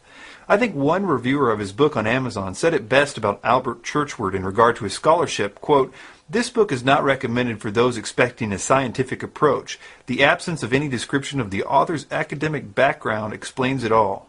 I've had a website up called ZeitgeistChallenge.com since the film Zeitgeist came out, and it offers $1,000 cash to anyone who can simply show where in the ancient texts these things can be found. I've yet to have one serious submission to this challenge since the website was put up. I have had a lot of people confident that they could answer the challenge until they started to look for the actual writings themselves, which is why I put the site up in the first place, to get people to come to the same conclusions that I did on my own.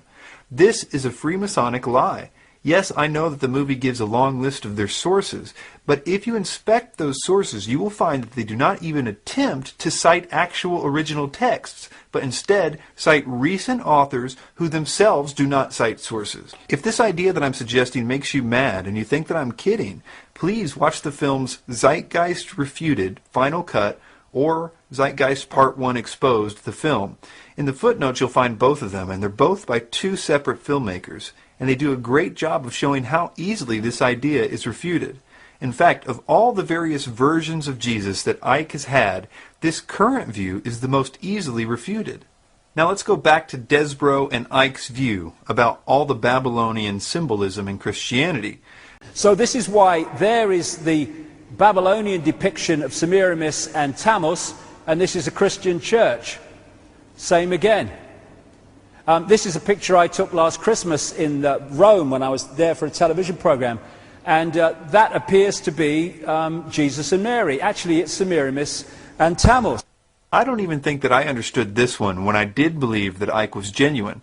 Has anyone ever stopped to consider that mothers with children might be the most common motif in art in the history of the world? I mean, mothers have always had children since the dawn of time, right?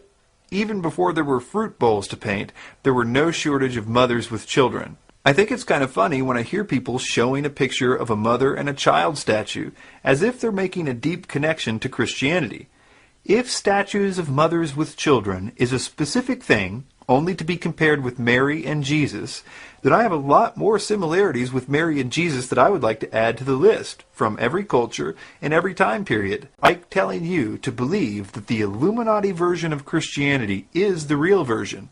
But my favorite one that Icke uses is this one. This is another depiction of Nimrod in the ancient world. He was also the fish god. Again, Jesus, the fish.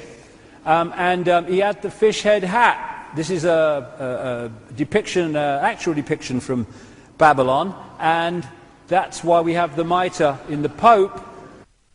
The key to this one is the connection that Icke makes to Jesus and fish. Did you catch it? Again, Jesus, the fish. Jesus is in no way associated with fish, except in the occult world, where Blavatsky stated this because she wanted to connect Jesus to the age of Pisces, so that she could be done with him in her new age. When Jordan Maxwell does this, he always will say, Jesus the Fisher King, which is not a title for Jesus at all. Jesus wasn't a fisher king or a fisherman. Jesus was a carpenter. This is a little mind trick that Maxwell plays to build up the case that Jesus was associated with Pisces. There are about 3 things that people say to equate Jesus with fish so they can either make this Dagon hat connection or the Pisces connection. Let's look at them really quick so we can see why Icke's, quote, Jesus the fish thing is so wrong. A few of Jesus' disciples were fishermen. Now does that make Jesus a fish? He did feed many people one time with 2 fish. And this is why people equate him with the astrological sign of Pisces, which is represented by 2 fish.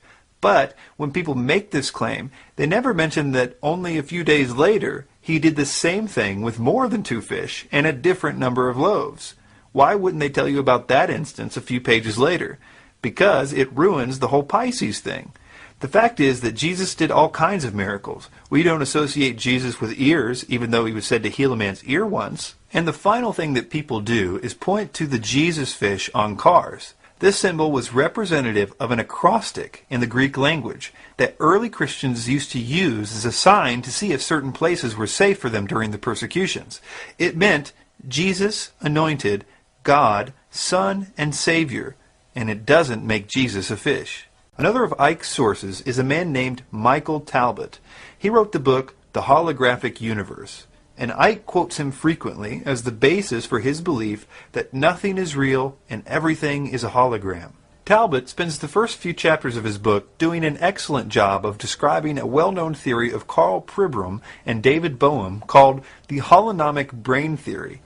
In their experiment, they cut out different parts of rats' brains and ran them through mazes and discovered that memories were apparently stored in each sector of the brain, which is similar to a hologram in that each piece of the hologram contains some information about the entire image. Both Bohm and Pribram would later speculate about applying what they found in the brain to the entire universe, but it would remain just a theory. The rest of Talbot's book simply starts naming paranormal phenomenon and declaring that it exists because the universe is a hologram. He rarely if ever cites his evidence, and when he does, he reveals his lack of discernment. Consider his support of Sai Baba. Talbot spends several pages gushing over Baba as a perfect example that the universe is a hologram because Baba, according to Talbot, performs these miracles. But watch this video of Baba performing what can only be described as cheap sleight of hand tricks as I read from the holographic universe. Perhaps the most famous modern-day materializations are those produced by Sai Baba, a 64-year-old Indian holy man living in a distant corner of the state of Andhra Pradesh in southern India. According to numerous eyewitnesses, Sai Baba is able to produce much more than salt and a few stones. He plucks lockets, rings, and jewelry out of the air and passes them out as gifts. He also materializes an endless supply of Indian delicacies and sweets, and out of his hands pours volumes of vibhuti, or sacred ash. These events have been witnessed by literally thousands of individuals, including both scientists and magicians, and no one has ever detected any hint of trickery. He can make sweet syrups and fragrant oils pour from his hands. He can produce exotic objects, such as grains of rice with tiny, perfectly carved pictures of Krishna on them. Equally astonishing are his productions of sacred ash.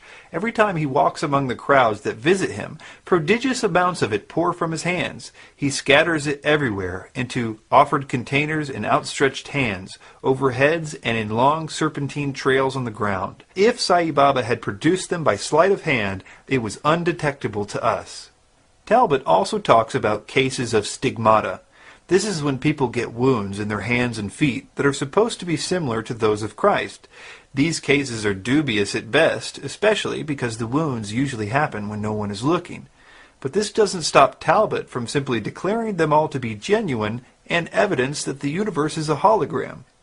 Or take some of the cases that Ike is fond of referring to. I'm sure you've all heard of the hypnotist that made the man see through his daughter. Everyone seems to love that one. Like that wonderful story told by Michael Talbot in the Holographic Universe. Yeah. And I read that page over and over again when I first saw that book in the late 1980s. This is the story about the stage hypnotist who hypnotized the father to believe that his father was that his daughter was invisible. Mm-hmm. And then he was able to read an inscription on the watch held behind her body, because for him it was no longer there and reality had changed. It was physically different in his mind. Like you write about in your book, about the fellow who's the hypnotist told the man, your daughter is not in the room with us any longer, and he looked right through the daughter to the man's watch.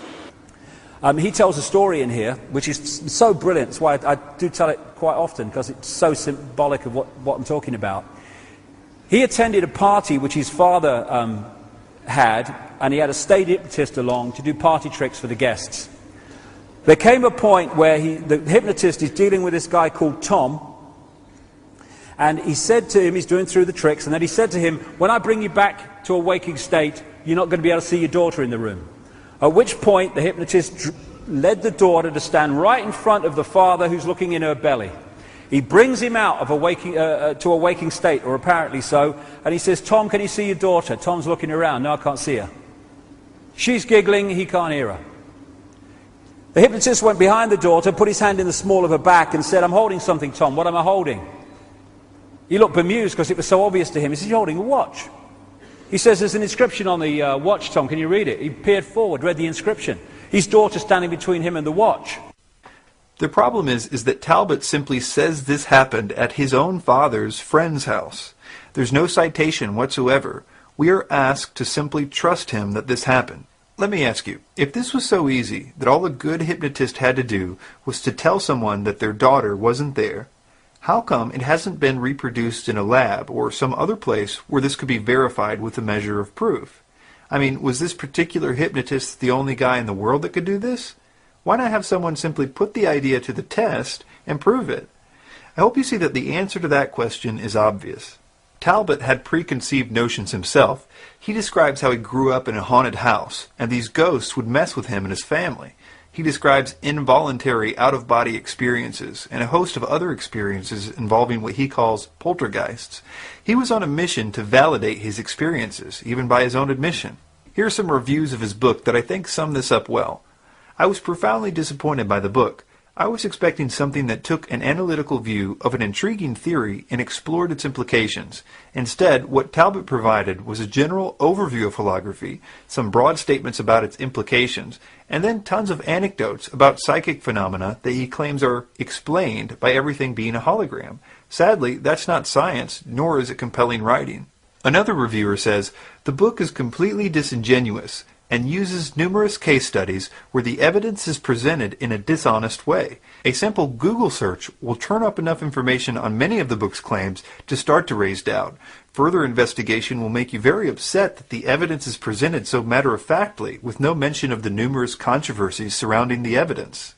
This would be funny if it weren't obvious that Icke has based much of what he believes on this idea of the hologram. Now, let's move on to the next chapter, where we will explore in depth David Icke's most influential source. They tell him what to write, what to say, what to wear, what to believe and what not to believe, and he calls them the guys. The beings which we call the guys told us about. You call them the guys? The guys, yeah. But the beings like Tarot, Rakowski. And that's right. It's highly likely that I'm something to do with the whole process because I'm interviewing you. Well, it's difficult because I need to check all this out because you're throwing this at me and I need to sit down and check this out with the guys. But I would said that you were certainly involved in a great chance of being involved at that time. David often says that these beings have always guided him. It was the same beings that originally contacted him that are still guiding him. Well, I've been on a long journey of nearly 20 years now, consciously doing this, and some force has been pushing me in different directions. In Love Changes Everything, he says, those who are helping the planet and humanity through this crucial period in their evolution, they have asked me to put together in this book all that I have learned so far. And that, quote, communicating with such beings on other levels of creation is the most natural thing in the world. When he describes how it is that this communication with the guys takes place, he says, quote, this process is called channeling. The thought forms can be turned into written words. This is known as automatic writing. Your hand writes on the paper, sometimes with incredible speed, but the words and information are not yours and could not possibly be yours because you often know nothing about the subjects taking shape in front of you. It is also possible to hear the thought forms as a soft, gentle voice inside your head. I call this method getting it direct. On a more limited level, it is possible to communicate through dowsing. Perhaps. Do you actually hear the voices in your head? It depends. Sometimes you hear voices, sometimes it comes in terms of them talking through you, so they talk through your voice box. And it also comes through what's known as automatic writing. You get a sheet of paper, you put a pen in your hand, and they just take over your arm, they write. And they write amazing things which you have no comprehension of. I mean, he also still quotes from them from time to time as evidence that he still considers the information accurate. An example is that he closes most of his lectures with a quote from a being named Magnu from his book Love Changes Everything. And he says that his words are really their words. And wonder where they came from. They will be our words. These beings, as we saw in the first chapter, dictated the belief system of theosophy to him. And although he does not call it that today, it is clear that that's what it is. Given what we learned in the first section about the connection to Alice Bailey, who also was in contact with entities, how can we be sure that Icke is not listening to the wrong spiritual forces, the ones that seem to be orchestrating the New World Order? He's the first to admit that these beings exist. We can gain some wisdom from a man some of you may know named Terence McKenna. He was a man who encountered several beings from other dimensions, according to his books. He had some sobering words for people like David Icke when he said, it is no great accomplishment to hear a voice in the head. The accomplishment is to make sure it is telling the truth, because the demons are of many kinds. There is no dignity in the universe unless we meet these things on our feet, and that means having an I-thou relationship. One say to the other, you say you're omniscient, omnipresent, or you say you're from Zeta Reticuli. You're long in the talk, but what can you show me? Magicians, people who invoke these things, have always understood that one must go into such encounters with one's wits about oneself. You can get a few things from this quote. Number one, McKenna believed that extra-dimensional entities were prone to lying about their identities. And number two, they were able to be summoned in magic rituals. And number 3, that they don't necessarily have our best interest in mind, although they always would present it in that way in order to be trusted or to get us to do whatever they wanted us to do. I find it very interesting that McKenna said that the same entities that don't need to be trusted are the same ones that occultists summon in rituals. Although McKenna seemed to know that these entities were deceptive, he still sought contact with them, and he even attributed his amazing ability to speak eloquently to possession by one of them. He says, "After the experiment at La Correa, I had apparently evolved into some sort of mouthpiece for the incarnate Logos. I could talk to small groups of people with what appeared to be electrifying effect about peculiarly transcendental matters that you will read about in these pages. It was as though my ordinary, rather humdrum personality had simply been turned off, and speaking through me was the voice of another, a voice that was steady, unhesitating, and articulate, a voice seeking to inform others about the power and promise of psychedelic dimensions." From my study of the 2012 phenomenon, I have seen that these entities are very interested in getting people to go out and spread the idea that a spiritual evolution is coming. And like McKenna warned us about, they pretend to be all kinds of things in order to get us to tell their story. For instance, all the main forerunners of the 2012 idea got their revelation about 2012 and spiritual evolution from spiritual entities, claiming to be different things. Jose Arguelles got his information from a long-dead Mayan priest. Jose actually now changed his name to reflect that he believes himself to be a reincarnation of that Mayan priest. McKenna got his 2012 information from a being he calls the Logos, Pinchback from a being called Quetzalcoatl, David Wilcock from the Egyptian god Ra, Barbara Han Clow from the Pleiadians. I might have even been able to believe that these entities were good and were simply giving the same message under different names just to make the message easy for the person to handle, if it weren't for the fact that all the information they gave about astronomy and science was so wrong. For instance, David Icke in his book, And the Truth Shall Set You Free, talks about the, quote, photon belt. Keep in mind while we read this, that this information is 100% channeled information originally. None of it is real science, and we will see how wrong this theory is in a moment. He begins, underpinning these astrological events in this period is the photon belt. Many psychics and esoteric scientists, notice how he didn't say actual scientists or astronomers, are now agreed on the existence of a belt of highly charged energy, centered on the Pleiades star system, an estimated 500 light-years from the Earth. It is from here that much channeled information which feels right to me is purported to come. I believe that the Pleiades, maybe in our future, is a base for the positive extraterrestrial support we are being given at this time, and quite possibly the home of extraterrestrials who have abused the Earth and humanity too. Paul Otto Hesse claimed to have discovered a belt of immensely powerful energy which he termed the photon belt. According to estimates, it takes his solar system 24,000, some say 26,000 years to orbit the Pleiades, and the star reckoned to be at the center of the belt, figure 17, known as Alcyon. Again, there is much ancient legend across many cultures about this star. He continues, it would appear that we have reached the point when this solar system is entering the photon belt and its highly charged energy.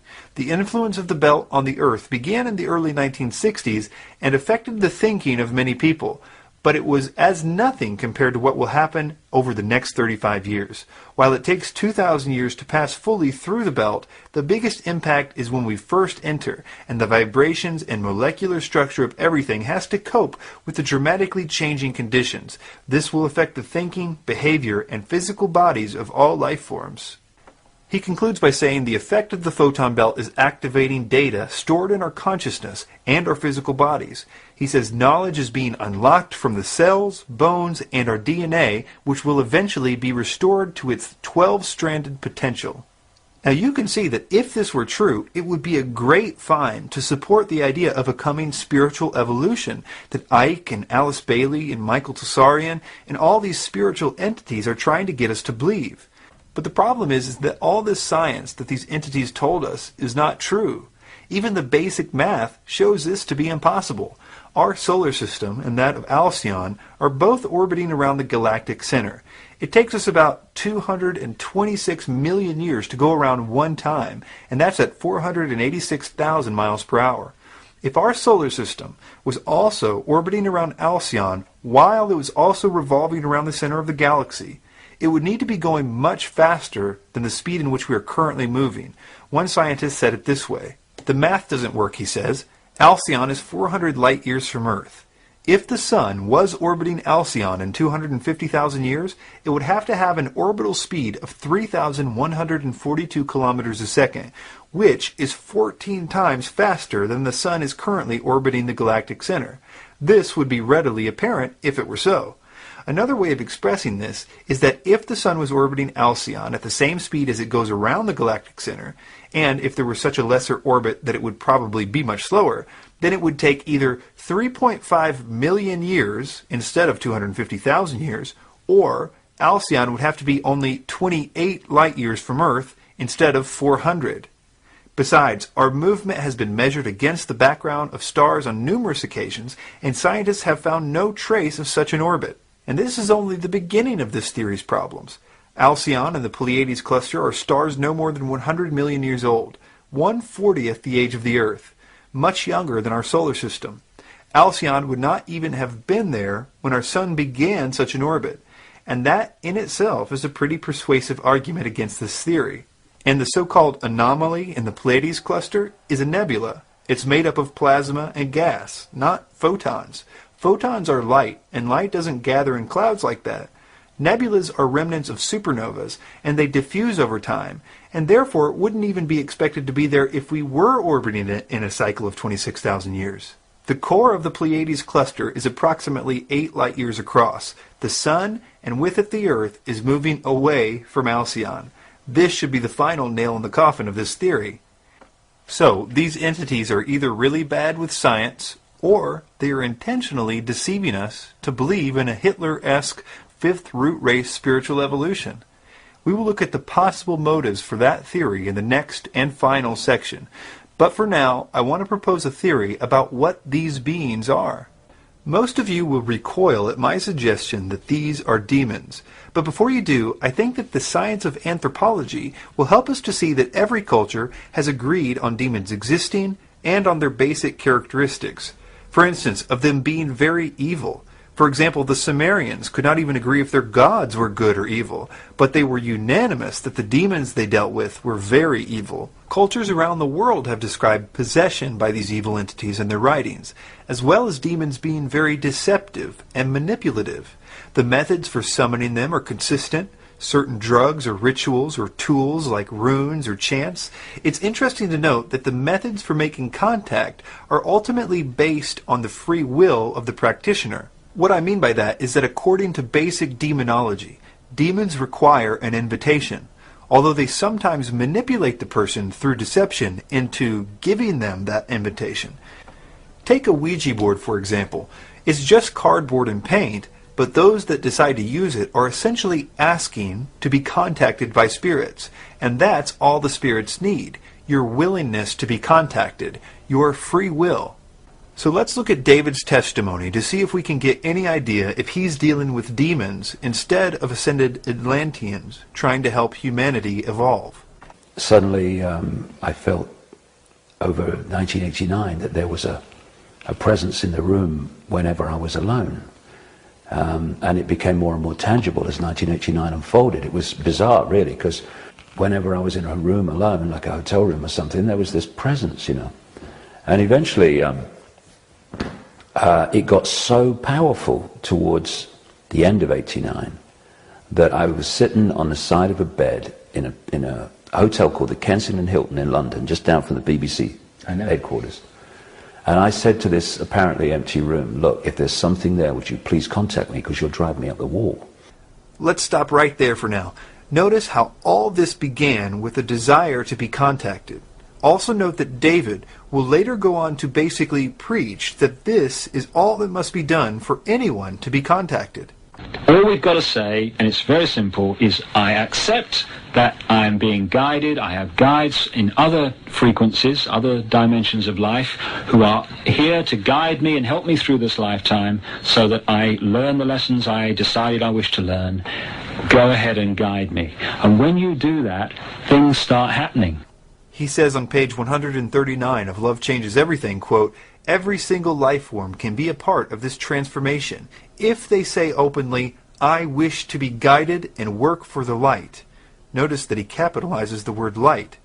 On page 156, he quotes the entities which told him, quote, "Always ask for protection and guidance. Ask and you shall receive. Seek and you shall find." But then they say, "You must make the first move. You need to exercise your free will." They tell him at the end of the book, quote, "Welcome all beings. If you do this, you're welcoming creation into your life." It is also interesting to note the negative effect that even pictures of Jesus began to have on him. In his book Truth Vibrations, he says this about a visit he made to a church as a tourist, quote, "Looking up at a large painting of Christ, the picture suddenly turned black and moved around before my eyes. Only the face of Christ was still. Suddenly, I felt a sensation I can only describe as someone pushing a pneumatic drill into the top of my head. I gripped the pew I was standing beside, and my body vibrated from the top of my head to the base of my spine as something seemed to go through me." He says that months later, he was told that he received a gift of energy from one of the ascended masters of the planetary system at this point.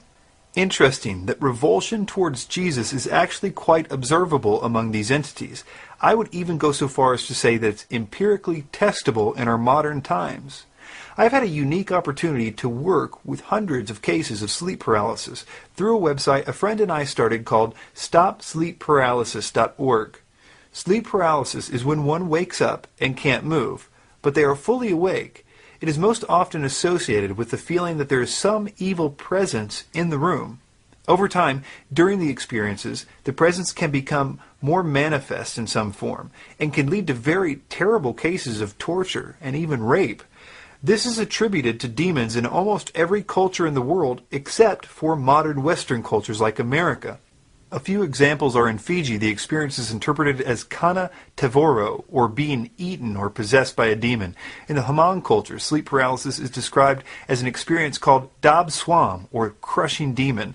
In Malaysia, Africa, Hungary, the Middle East, and everywhere in between, these events are attributed to evil spirits. Western scientists do not have an explanation. They postulate, with no evidence I would add, that it is happening because people are coming out of a dream state and into a waking state, and that their mind is still dreaming even though they have awoken. I suppose the obvious question is, if that were true, why does everyone seem to be having the same dream about an evil presence in the room? It seems that the dreams should be as varied as the dreams normally are among people, but this is not the case. In the cases that I have seen, about 90 to 95% of the people experiencing this have been dabbling in some occult or New Age practice, and they have in some way given their free will over to these entities, who now apparently feel that they have a right to be there. The more a person goes down that road, the more intense the control of these entities gets. Now here is the observable and testable part of this. If a person genuinely calls upon Jesus for help, the experience will immediately stop. Very often, the entities will scream or be thrown back. One of the interesting aspects to this is it doesn't appear that a person has to be a Christian to do this, or to have previously believed that Jesus was important in some way. In fact, as you can guess, many of the people who are getting this are not Christians at all. But most of them who do see this authority that the name of Jesus has over these beings that they've been dealing with for so long, do begin to research who he is and why his name is so important. Now this doesn't work with other names, interestingly. For instance, calling on Buddha, no matter how sincere the person is, doesn't seem to concern these entities. There would be another time in Ike's life when he would vibrate uncontrollably like he did when looking at that picture of Jesus. This was when he took his infamous trip to Peru. He tells the story this way. I had this overwhelming feeling, again, the urge, the impulse, to go to Peru. We got to this place, and it's in the middle of nowhere. And basically, when you looked around, it was encircled by mountains, in the distance, mind. And I'm looking out the window, daydreaming, and I see this mound to my right, but must be no more than 3 minutes down the road. And as I look at the mound, all I can hear in my head is, "Come to me, come to me, come to me, come to me, come to me." And I walk to the center of the circle, and suddenly my feet go again, like they did in the news shot, but only seriously more powerful. They're like magnets pulling my feet to the ground. And I think, oh crikey, I recognize that, here we go. And then I felt like a drill going in the top of my head and through my body, through my feet into the ground, and then another one coming the other way. And then my arms go out at 45 degrees like that. I never made any decision to do it. And what then started to happen is this energy coming through me. This is February 1991. Got more and more powerful. My body started to shake with it. Very powerful thought forms just passed through my head, just like in the news shop. It was like, you know, if you've got a dam and it's holding water back, well, the water is calm, right? Because that's its natural state in that situation, if you like.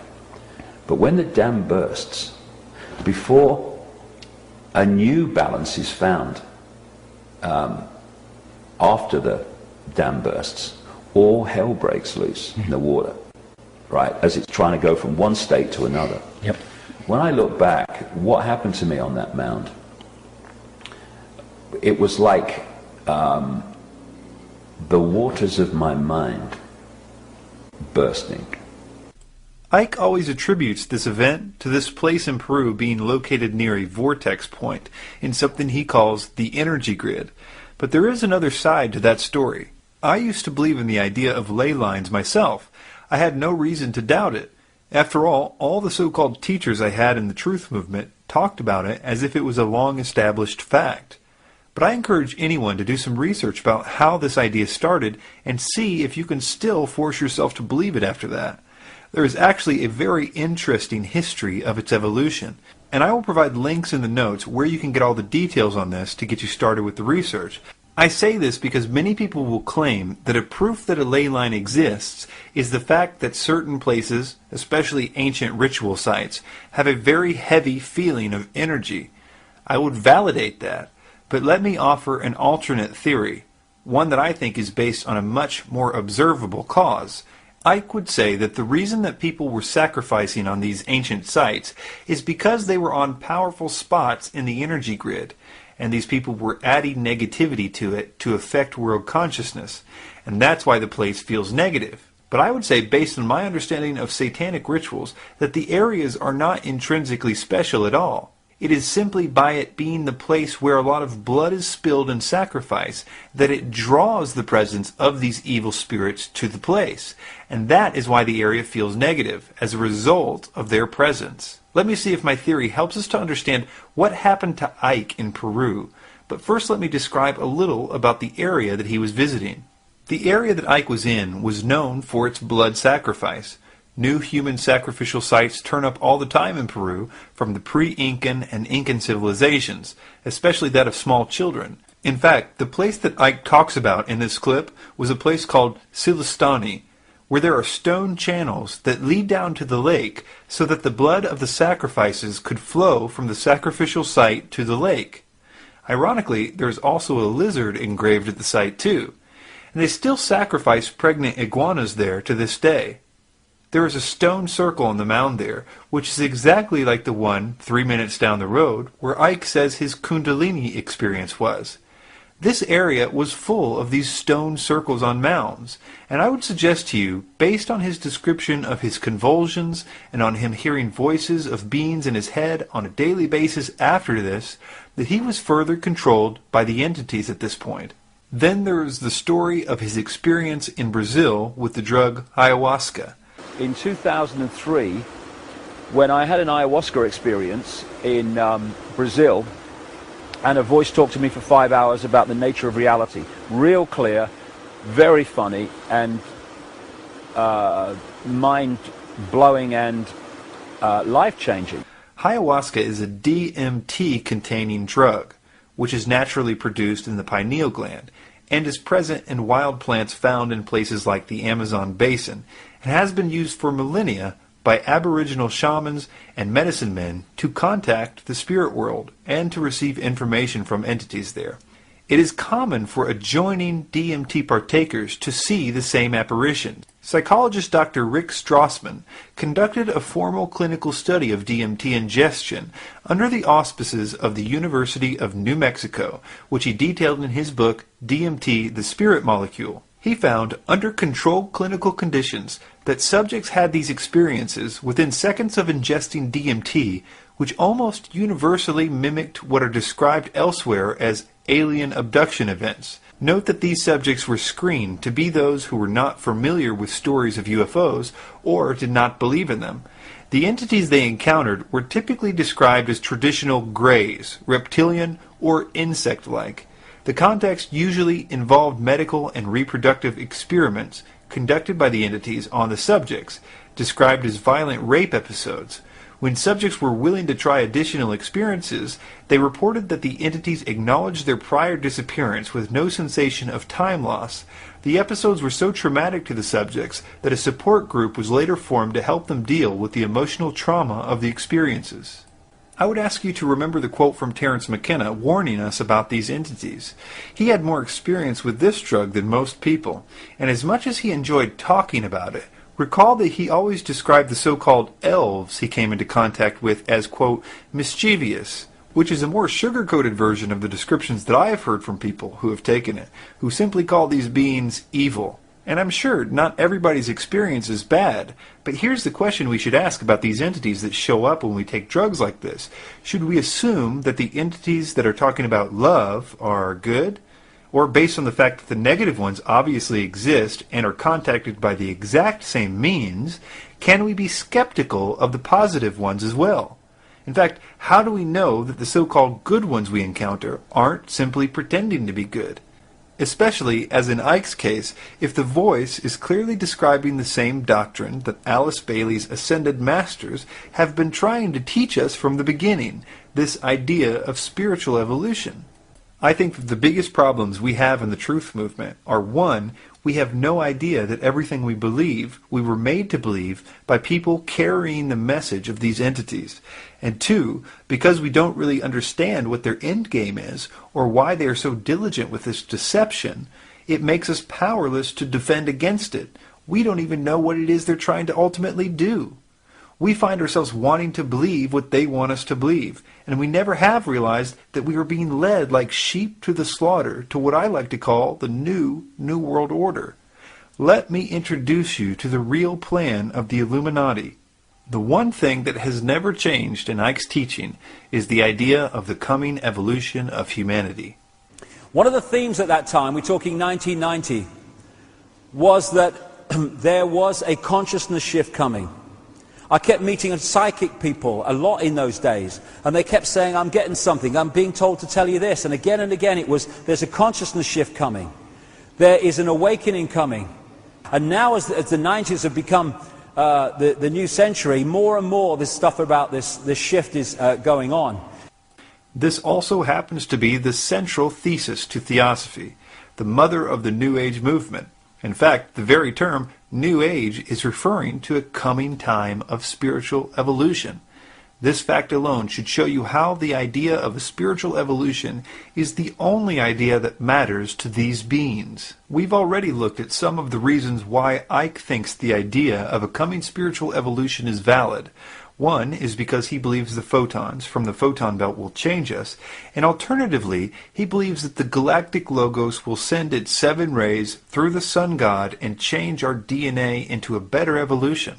Despite these flimsy premises, Ike is absolutely convinced that nothing can stop this from happening.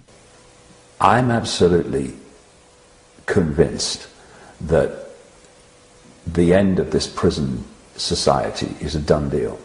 I think the outcome is going to happen. I think it's meant to happen. And we're now seeing, and it will go on for a while, but we're now seeing the last throes of a dying system. You also have to understand that we are being promised a utopia in no uncertain terms. He says, quote, "Beyond the turmoil of transformation awaits a new dawn for all life forms on this planet. We will live in a world of love and peace and harmony, a world which the extremes of today and the recent past will give way to a level of understanding, wisdom, love that we could not begin to understand on this low and troubled frequency." The first problem that emerges is that this is sounding a lot like what those that write about a New World Order talk about. In fact, this chapter comes from a chapter entitled New World in Ike's Love Changes Everything. But what some people miss is that the New World Order really does plan to bring order out of chaos. It is supposed to rise out of the ashes of what will appear to be a great change in paradigm. That is why Manly P. Hall called it the New Atlantis. They intend for their system to look like a utopia, and they intend for people who currently fight them and resist world government to think that the old system that they have been fighting has been defeated, and they intend for them to embrace what will look like a utopia and their victory. Alice Bailey said it best when she wrote, "The New World Order must be appropriate to a world which has passed through a destructive crisis and to humanity which is badly shattered by the experience. The New World Order must lay the foundation for a future world order which will be possible only after a time of recovery, reconstruction, and of rebuilding." Notice in this next quote that she considers the current system, which is obviously still controlled by them, just the preparatory New World Order. She says, "In the preparatory period for the New World Order, there will be a steady and regulated disarmament. It will not be optional. No nation will be permitted to produce and organize any equipment for destructive purposes or to infringe the security of any other nation." She also says, "The present world order, which is today largely disorder, can be so modified and changed that a new world and a new race of men can gradually come into being. Renunciation and the use of the sacrificial will should be the keynote for the interim period after the war, prior to the inauguration of the new age." In a writing called Preparations Until 2025, she made some very revealing statements. She says, "This must form the theme of all propaganda work to be done during the next few decades until the year 2025, a brief space of time indeed to produce fundamental changes in human thought, awareness, and direction, but at the same time a quite possible achievement provided the new group of world servers and the men and women of goodwill perform a conscientious task." What was this new group supposed to teach? I find this one particularly interesting. It says, "The day is dawning when all religions will be regarded as emanating from one great spiritual source. All will be seen as unitedly providing the one root out of which the universal world religion will inevitably emerge." And this final quote that I find particularly interesting, considering that it is the one thing that Ike has consistently done through every manifestation. The last few pages of every book that he has ever written explains this message, the one that Alice Bailey says emphasis must be put on. She says, quote, "Emphasis should be laid on the evolution of humanity." There is also a very dark side to Ike's spiritual utopia, something that I've previously only alluded to. Not everyone is invited to the utopia, and those that refuse to conform to this new system will be eliminated. This is much more apparent when you read other channeled writings about this. In the book of Co-Creation, New Age leader Barbara Marx Hubbard states, quote, "Out of the full spectrum of human personality, 1/4 is electing to transcend. 1/4 is resisting to election. They are unattracted by life ever evolving. Now, as we approach the quantum shift from creature human to co-creative human, the destructive 1/4 must be eliminated from the social body. Fortunately, you, dearly beloveds, are not responsible for this act. We are. We are in charge of God's selection process for the planet Earth. He selects, we destroy. We are the riders of the pale horse death." Alice Bailey explained what the New World Order would do to those who refuse to accept its utopia. She says, "Let us never forget that it is the life, its purpose, and its directed intentional destiny that's of importance, and also that when a form proves inadequate, or too diseased or too crippled for the expression of that purpose, it is, from the point of view of the hierarchy, no disaster when that form has to go. Death is not a disaster to be feared. The work of the destroyer is not really cruel or undesirable. Therefore, there is much destruction permitted by the custodians of the plan, and much evil turned to good." In his chapter New World, Ike says, "I do not seek to hide the severity of this period of fundamental change. It will be tough for every one of us. Many will return to the light levels, or die, in the wake of the physical events and the quickening vibrations.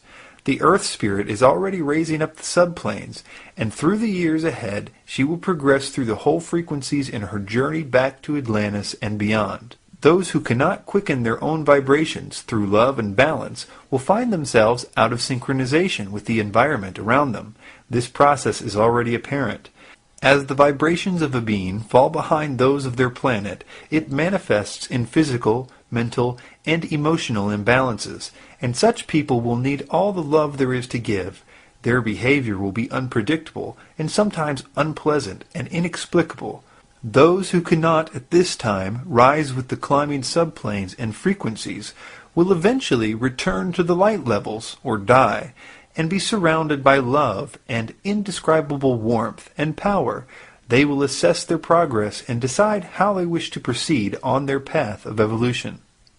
Ike also says later in the book, "And the Truth Shall Set You Free," quote, "Others who follow the propaganda of the global elite and the prison warder consciousness will cling to the old vibration. In their desperation to find security, they will become even more vehement in their religious, political, and economic dogma. They will resist the rising vibrations if they choose that path, and this will have mental, emotional, and physical effects. The two states of being, the programmed mind and the open mind, will be more obvious with every month to those who know what's happening." And not just that, but according to Ike, these people that are hanging on to the old age are going to actually prevent the rest of the people from getting their evolution. He says, quote, "We are now entering a period of fantastic change, and the happening of events are speeding up all the time. We have two challenges here in front of us. People have to get access to that information and start to realize who they really are and the nature of life. Then we can go into a stage 2, which is the incredible consciousness shift that is going to happen and is happening with many people already, but can happen for everybody if we open up to the knowledge of what's going on. And to do that, the edifice of suppression must go. What I see so often in the New Age movement is that they are focusing on the second, but they're in denial of the first. And the second is not going to happen for many people unless we remove the suppression." Now here's a thought that has disturbed me for a while now. Obviously, the idea of spiritual evolution is being pushed by the global elite and these entities. And I suppose that it could lead to a world government, but only if the entire world was in on it. What I mean is that right now, only the New Age and the so-called truth movement, which has now been converted to the New Age, believe the spiritual evolution stuff. And sure, the idea is expanding, thanks to shock value things like the 2012 stuff, but still, it would have to be believed by the entire world, not just a few. They would have to be passionate about the idea of spiritual evolution for this to work. Now, let Mr. Ike explain how this could all change overnight. What I would say very strongly, and it's coming more and more into my life, there is an X factor which I don't understand yet, but I sure as hell know is there. And it's an X factor which is going to bring an end to this childish playground nonsense of human control. Do you mean an external influence? There's something. I absolutely, at a deep level, I know it. I'd say, and I'm probably being optimistic, I'd say we would live in a global version of Nazi Germany within 10 years. If we take that route. Mm-hmm. If we take that route, we'll, in 10 years' time, be deeply into a transition to a very different world. It's just a choice. But this X factor is going to help us to change the world to one that I would like to live in. Don't know what the X factor is, but I know it's coming. No one's going to do it for us, right? Well, my feeling is that there's an X factor. I don't think myself that humanity can do it alone, because the program is so deep and the pressure to go the other way, to hold on to the hack, is so powerful to people who are in mind alone, that I think what we can do is change enough so that we stop adding to the problem. But I think there's an X factor, I think. And I think that there are things going on now outside of our awareness and on much higher levels of consciousness than we're aware of, which is also supporting this change. Notice what the function of the X factor is. He says that the programming to hold us all into the old ways is too strong. But the X factor, this external thing, will shatter that paradigm and set us free from our old way of thinking, and it will give us a new paradigm. Let me suggest a possible X factor that people like Bill Cooper have suggested, and one that I think, without question, we are being prepared for by the global elite, and have been for at least 70 years.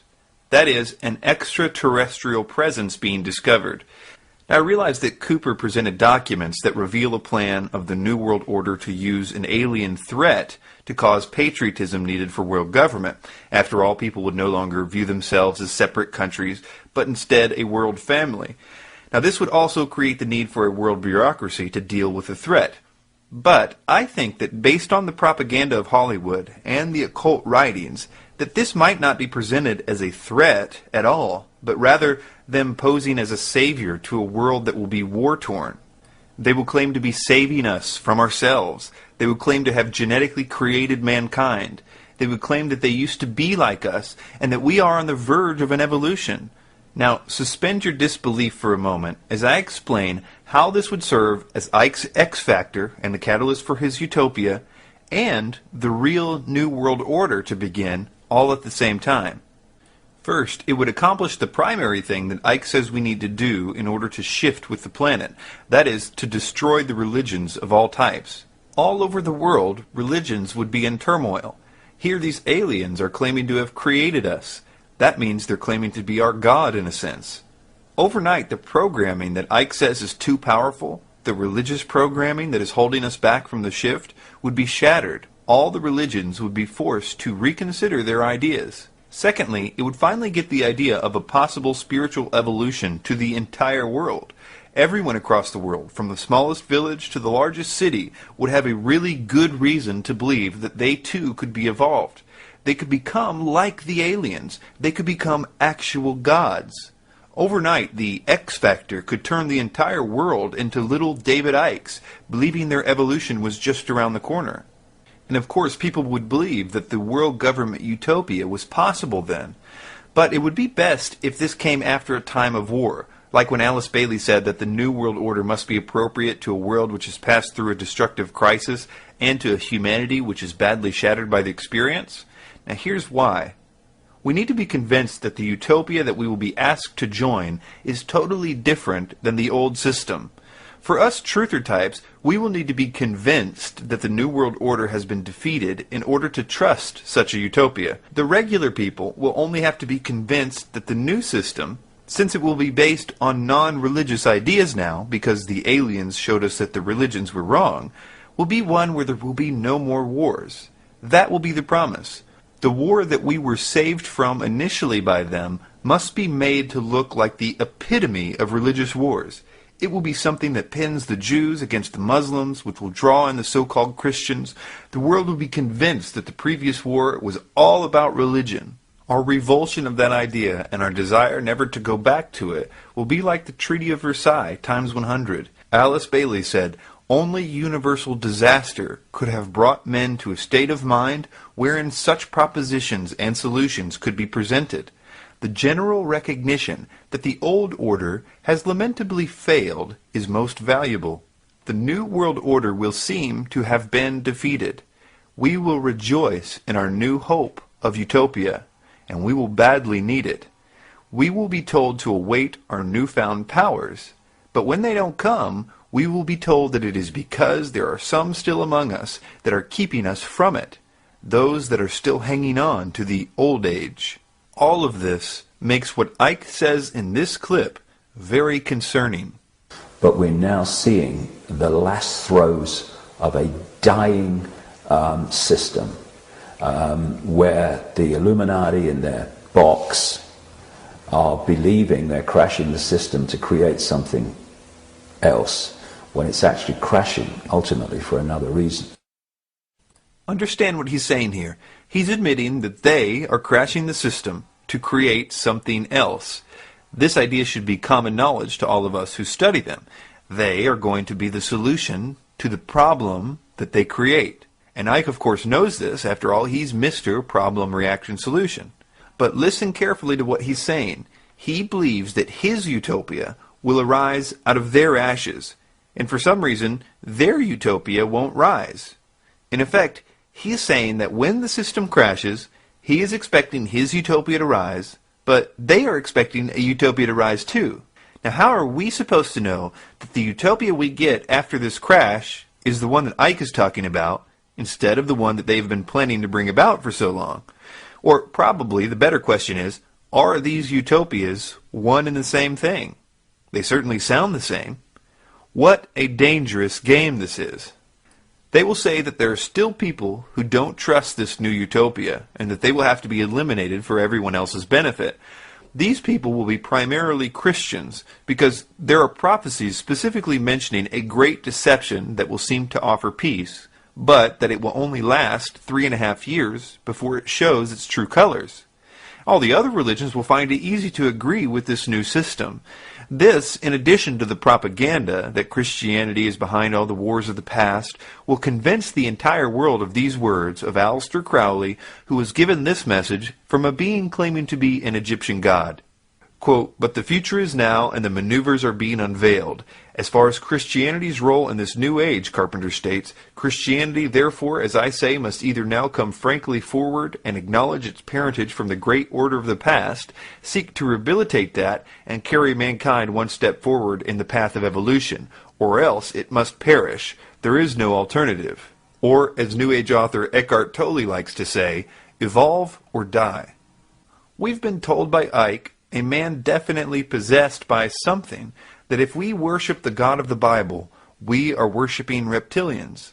And when you worship, you project energy, and you are feeding this force by thinking you are worshipping a God when you're worshipping these.